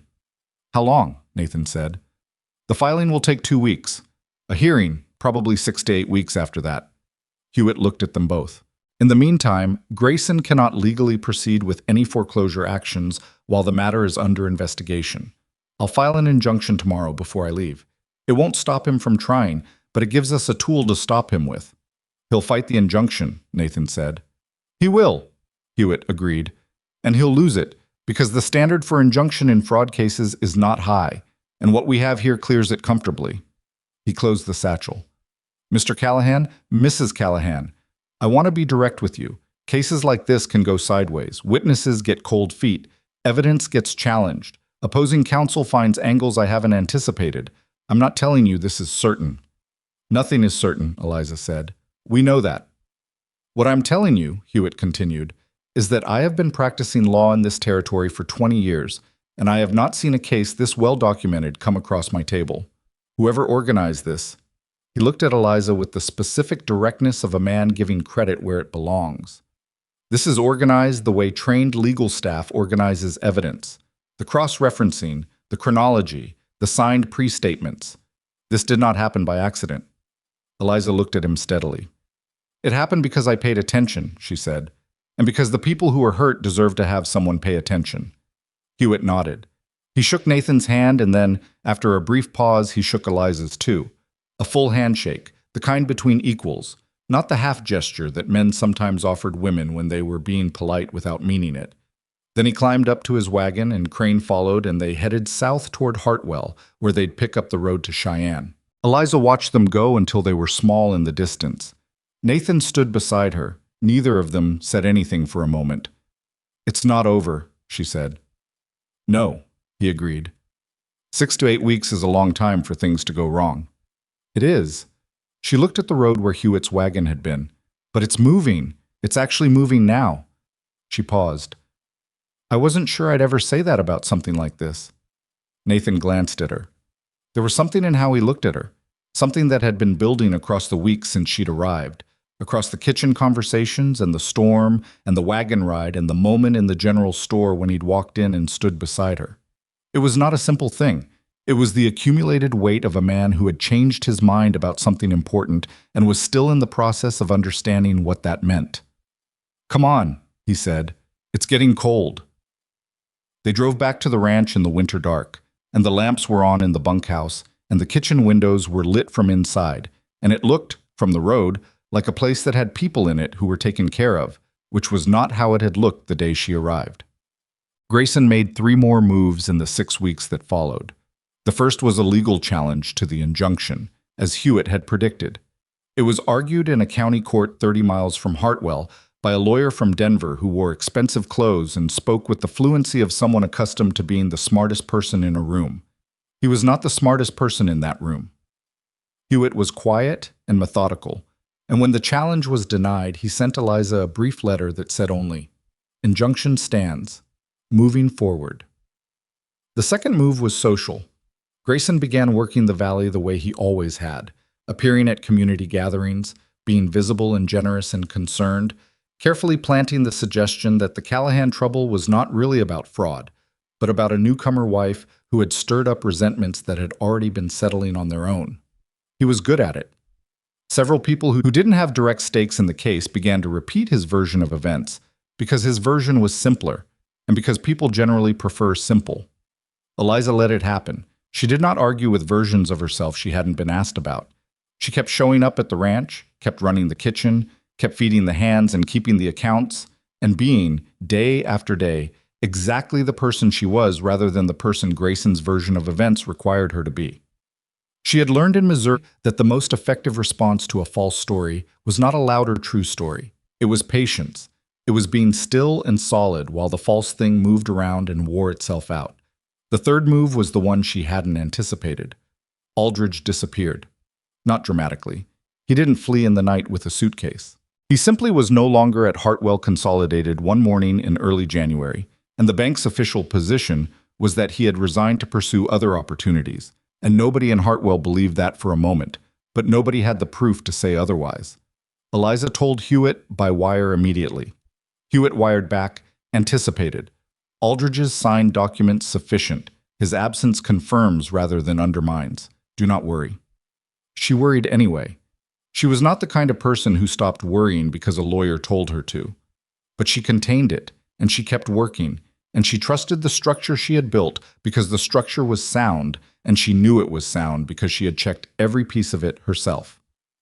The hearing in Cheyenne was on a Tuesday in February, which was perhaps the coldest day Eliza had yet experienced, which was saying something given that she had now survived a Wyoming winter in full. She and Nathan traveled the day before and stayed at a boarding house that was clean and adequate and freezing until the stove in the room caught properly. They sat in the small room after dinner with the stove finally doing its job, and Nathan went over Hewitt's summary of the next day's proceedings, and Eliza sat with her hands around a cup of tea and felt the particular internal quality of a day before something that cannot be undone. "You're quiet," Nathan said. "I'm thinking," she said. "About tomorrow?" "About Missouri," she said. And then, because this was the right moment, and she had learned to use right moments rather than wait for perfect ones. "There's a part I didn't tell you yet, about Darcy." Nathan set the papers down. "After he took the farm," she said, "I tried to do what I did here. I went to the other families he'd done it to. There were 3 of them. And I tried to put together what he'd done and bring it to someone who could act on it." She looked at the cup. "I was 21. I didn't know what I was doing. I made mistakes. I went to the wrong people. I moved too fast in some places and too slow in others. And by the time I had something real, Darcy had already moved to another county, and the families were too worn down to pursue it." She paused. "It failed. It completely failed. And I lost 4 years of my life to it." Nathan was very still. "I need you to know that," she said, "because I haven't told you before, and you should know that the person who put that satchel together is not someone who has always known what she was doing. I learned it by failing at it first." She looked at him. "I'm not the woman you might think I am, based on how the last few months went. I'm the woman who failed badly enough to understand what she'd done wrong." Nathan looked at her for a long moment. The stove ticked. Outside, Cheyenne was doing whatever Cheyenne did in February. "I didn't marry you because I thought you were perfect," he said. "I married you because you seemed like someone who wouldn't fall apart." He paused. "That's still true. More true than when I said it." "I fall apart sometimes," she said. "I just do it privately." "I know," he said. "I've seen it." She looked at him. "When?" "The morning after the storm, when you thought everyone was asleep." He said it simply, without making it a bigger thing than it was. "You were in the kitchen. You sat down for about 5 minutes, and then you got back up." She didn't know what to say to that. She hadn't known he'd seen it. "That's not falling apart," he said. "That's resting." She looked at her tea. "I wasn't sure you saw anything that wasn't work-related." "I see more than I say," he said. "That's always been my problem." They sat with that for a while. The honesty of 2 people who had arrived at each other sideways and spent months learning the actual shapes of things. "Whatever happens tomorrow," Nathan said, "you did something real. 8 families have documents in the hands of a lawyer instead of buried under fear. That doesn't unhappen, regardless of what Mercer decides." She nodded. She knew that. She had known it for weeks, in the steady part of herself that didn't depend on outcomes, but it mattered to hear it said out loud by someone else. Judge Mercer was exactly as Hewitt had described, slow, deliberate, honest in the specific way that made him immune to the kind of pressure that bent faster men. The Denver lawyer argued for 3 hours. He was skilled, and he was thorough, and he made several points that Eliza felt land in the room with weight. Hewitt answered each point methodically and without theater. He did not try to be impressive. He laid the documents on the table and walked through the pattern and let the 8 families' statements speak in the specific, ordinary voices of people describing what had been done to them. And the ordinariness of those voices was, Eliza thought, the most powerful thing in the room. Not legal argument, not eloquence, just the plain language of farmers and a widow describing the moment they had been deceived. Mercer asked questions throughout. Careful questions, the kind that showed he had read everything and was verifying his understanding rather than filling gaps in it. When he asked about the organizational structure of the evidence, how the cross-referencing had been assembled, who had produced the pre-signed statements, Hewitt said, "The evidentiary organization was performed by Mrs. Eliza Callahan, wife of the plaintiff Nathan Callahan, who identified the pattern of fraud and conducted the initial family interviews." Mercer looked at her. She was in the gallery. She met his eyes and held them. He looked back at his papers. He wrote something down. The hearing ran until late afternoon. Mercer adjourned without issuing a ruling, which Hewitt had told them to expect.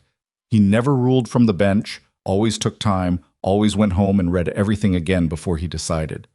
They would wait, possibly another 2 weeks, for the written ruling. They walked out of the courthouse into the February cold, and Nathan said nothing, and Hewitt said nothing, and Eliza said nothing. And they stood there on the courthouse steps, in the particular silence of people who have done everything they can and are now inside the hardest part, which is waiting for the world to do what it does. "He read everything," Eliza said finally. "He did," Hewitt agreed. "The questions he asked about the pattern—" "I know," Hewitt said. "I thought so too." Nathan looked at them both. "You think it's good?" "I think it's what it needs to be," Eliza said carefully. "I learned not to think beyond that."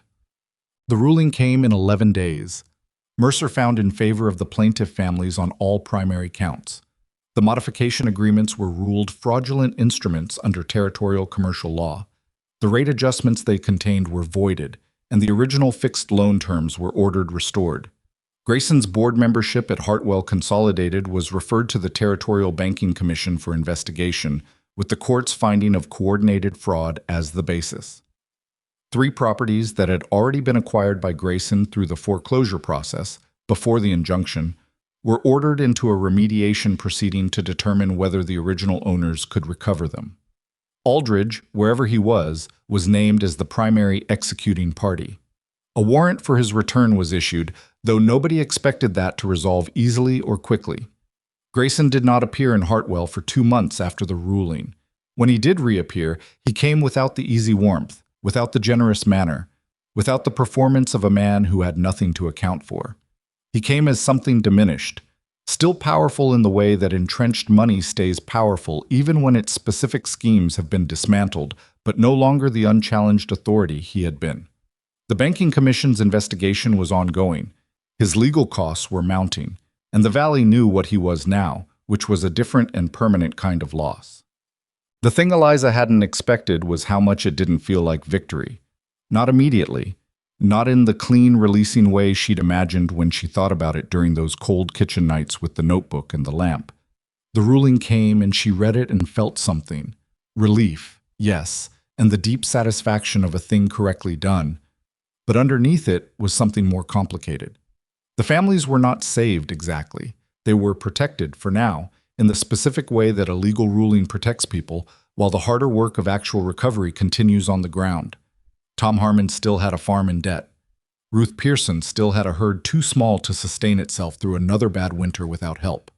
The Breslin brothers still had years of careful management ahead of them before they were stable again. Justice, she had learned in Missouri when she didn't get it, was not the same as restoration. And restoration, she was learning now that she did get it, was not a single moment. It was the beginning of a long, ordinary process that didn't have a satisfying ending so much as a continuation. She wrote letters to 3 attorneys in Missouri, describing what she had assembled and asking if any element of it applied to the situation with Darcy, who had moved on to other counties and other schemes and had, as far as she knew, never faced any consequence. She wrote the letters carefully and without urgency and without hope of a particular outcome because she had learned to separate the work from the need for it to conclude in a specific way. One of them wrote back. His name was Foster, and he was young, and he had been looking at Darcy for 2 years with not enough to work with. What she had, he said, was not sufficient for a criminal case, but it was sufficient to pursue the original property claim in civil court, specifically regarding the modification language in her father's original loan documents. Language, he said, that bore a striking resemblance to what she had described in Wyoming and which had precedent in recent territorial decisions. She read that letter at the kitchen table on a Tuesday afternoon in March, when the snow was beginning the slow work of becoming mud, and the recipe box was on the windowsill where it always was, and the kitchen smelled like the bread she had in the oven, and Cal was somewhere outside doing whatever Cal was doing, and the sounds of the ranch moved around her the way they always did now. Familiar, not foreign, the sounds of a place she had learned. Nathan came in while she was still holding the letter. He read her face before he read anything else, because he had gotten better at that, not perfectly but noticeably better, the way a person gets better at things they decide to pay attention to. Missouri? He said. Possibly, she said. A lawyer named Foster. He thinks there might be something with the original property claim. Nathan pulled out the chair across from her and sat down. What do you need? She looked at him. I don't know yet. I need to write back and understand what he actually has. She paused. It might be nothing. It might be years. It might be the kind of thing that ends with nothing recovered and a lot of time spent. Or it might not, Nathan said. Or it might not, she agreed. He reached across the table and put his hand on top of hers. It was not a dramatic gesture. It was not a practiced one. She could feel the slight awkwardness of a man who did not often do this kind of thing and was doing it anyway, which made it more rather than less. His hand was large and calloused and warm, and it stayed there.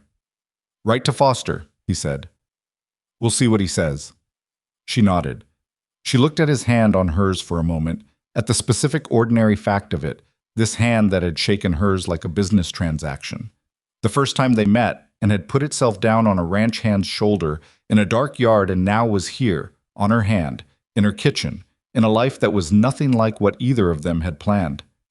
I want to put my name on the ranch records, she said. Officially, if you're willing. Nathan looked at her. I was going to suggest it, he said. Seemed like something you'd want to decide for yourself rather than be told. I do want to decide it for myself, she said. I'm deciding it. All right, he said. I'll have Gil update the documents. She almost smiled. You'll have Gil update the documents, she repeated. Is that a problem? No, she said. It's very you. The almost smile made it the rest of the way to his face. She had seen it do that before. The rare, real thing underneath the controlled exterior. And each time it surprised her slightly, the way something that should be expected can still surprise you, because the reality of it is better than the anticipation. Spring came to Wyoming. The way spring comes to hard places. Not gently, not with announcement, but gradually. And then all at once, the snow giving up its grip on the ground, inch by inch, until one morning you noticed the mud, and a week later you noticed the green. Ruth Pearson came to the Callahan Ranch in April with 3 neighboring women, carrying a covered dish and no particular advance notice, which Eliza had begun to understand was how things were done in this part of the valley. You showed up, you brought food, you let the present speak for itself. They sat in the kitchen, all of them, around the table that had seen so many late nights and difficult conversations and early mornings of work, and they drank coffee and talked about the spring planting and the price of cattle and the state of the road north, which was still unreliable. At some point, Ruth said, not to anyone in particular, my son wrote to me from back east, asked if I was going to have to sell. The table went quiet. I wrote back and told him no, Ruth said. She looked at her coffee cup. First time I've been able to say that in 2 years. Nobody made a speech about it. Nobody turned it into a moment bigger than it was. One of the other women topped off Ruth's coffee, and the conversation moved on, the way it does when the important thing has been said and doesn't need to be amplified. Eliza sat at the end of the table and listened and thought about her mother, who had sat at a kitchen table in Missouri and listened to her own world end without anyone to bring her coffee and say no, it doesn't have to. She thought about the recipe box on the windowsill. Still there, always there, her mother's handwriting on the stained cards inside, the chaotic logic that only made sense if you knew it from the inside. She had carried that box from Missouri to Wyoming with nothing else to show for 26 years of living. She had built something around it, a kitchen, a system, a set of relationships, A case that changed 8 families' futures. A marriage that was becoming, slowly and imperfectly and without ceremony, something real. Her mother's lesson had not been the recipes. It had never been the recipes. It had been what the recipes represented. That caring for people was not a small thing dressed up as a large one. It was genuinely large. It was the largest thing you could do with an ordinary day. She had not understood that at 21, when she was trying to fight Darcy and losing. She had been trying to fight the way she thought fighters were supposed to fight, loudly, frontally, with the force of righteous anger. She had learned in the years between Missouri and Wyoming that righteous anger was useful fuel but a terrible navigation system.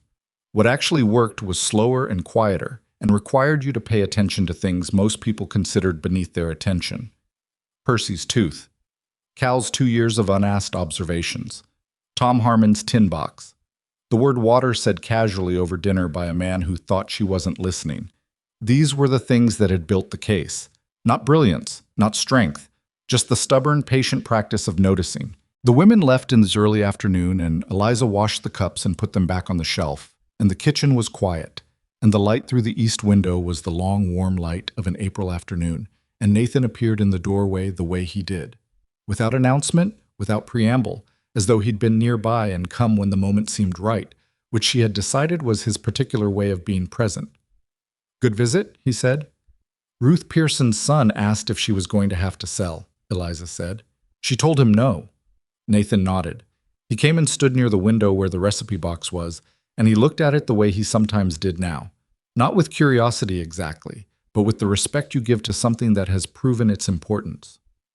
"Foster wrote again," he said. He had started handling her correspondence, not reading it without permission but collecting it, bringing it to her at the right time rather than leaving it on the hall table where it got buried under ranch papers. "Yesterday. I left it on the desk."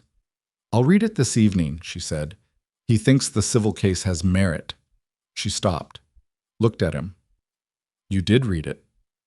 "The first line," he said without apology. "It was right at the top." She looked at him for a moment, and then she let out a sound that was half a laugh.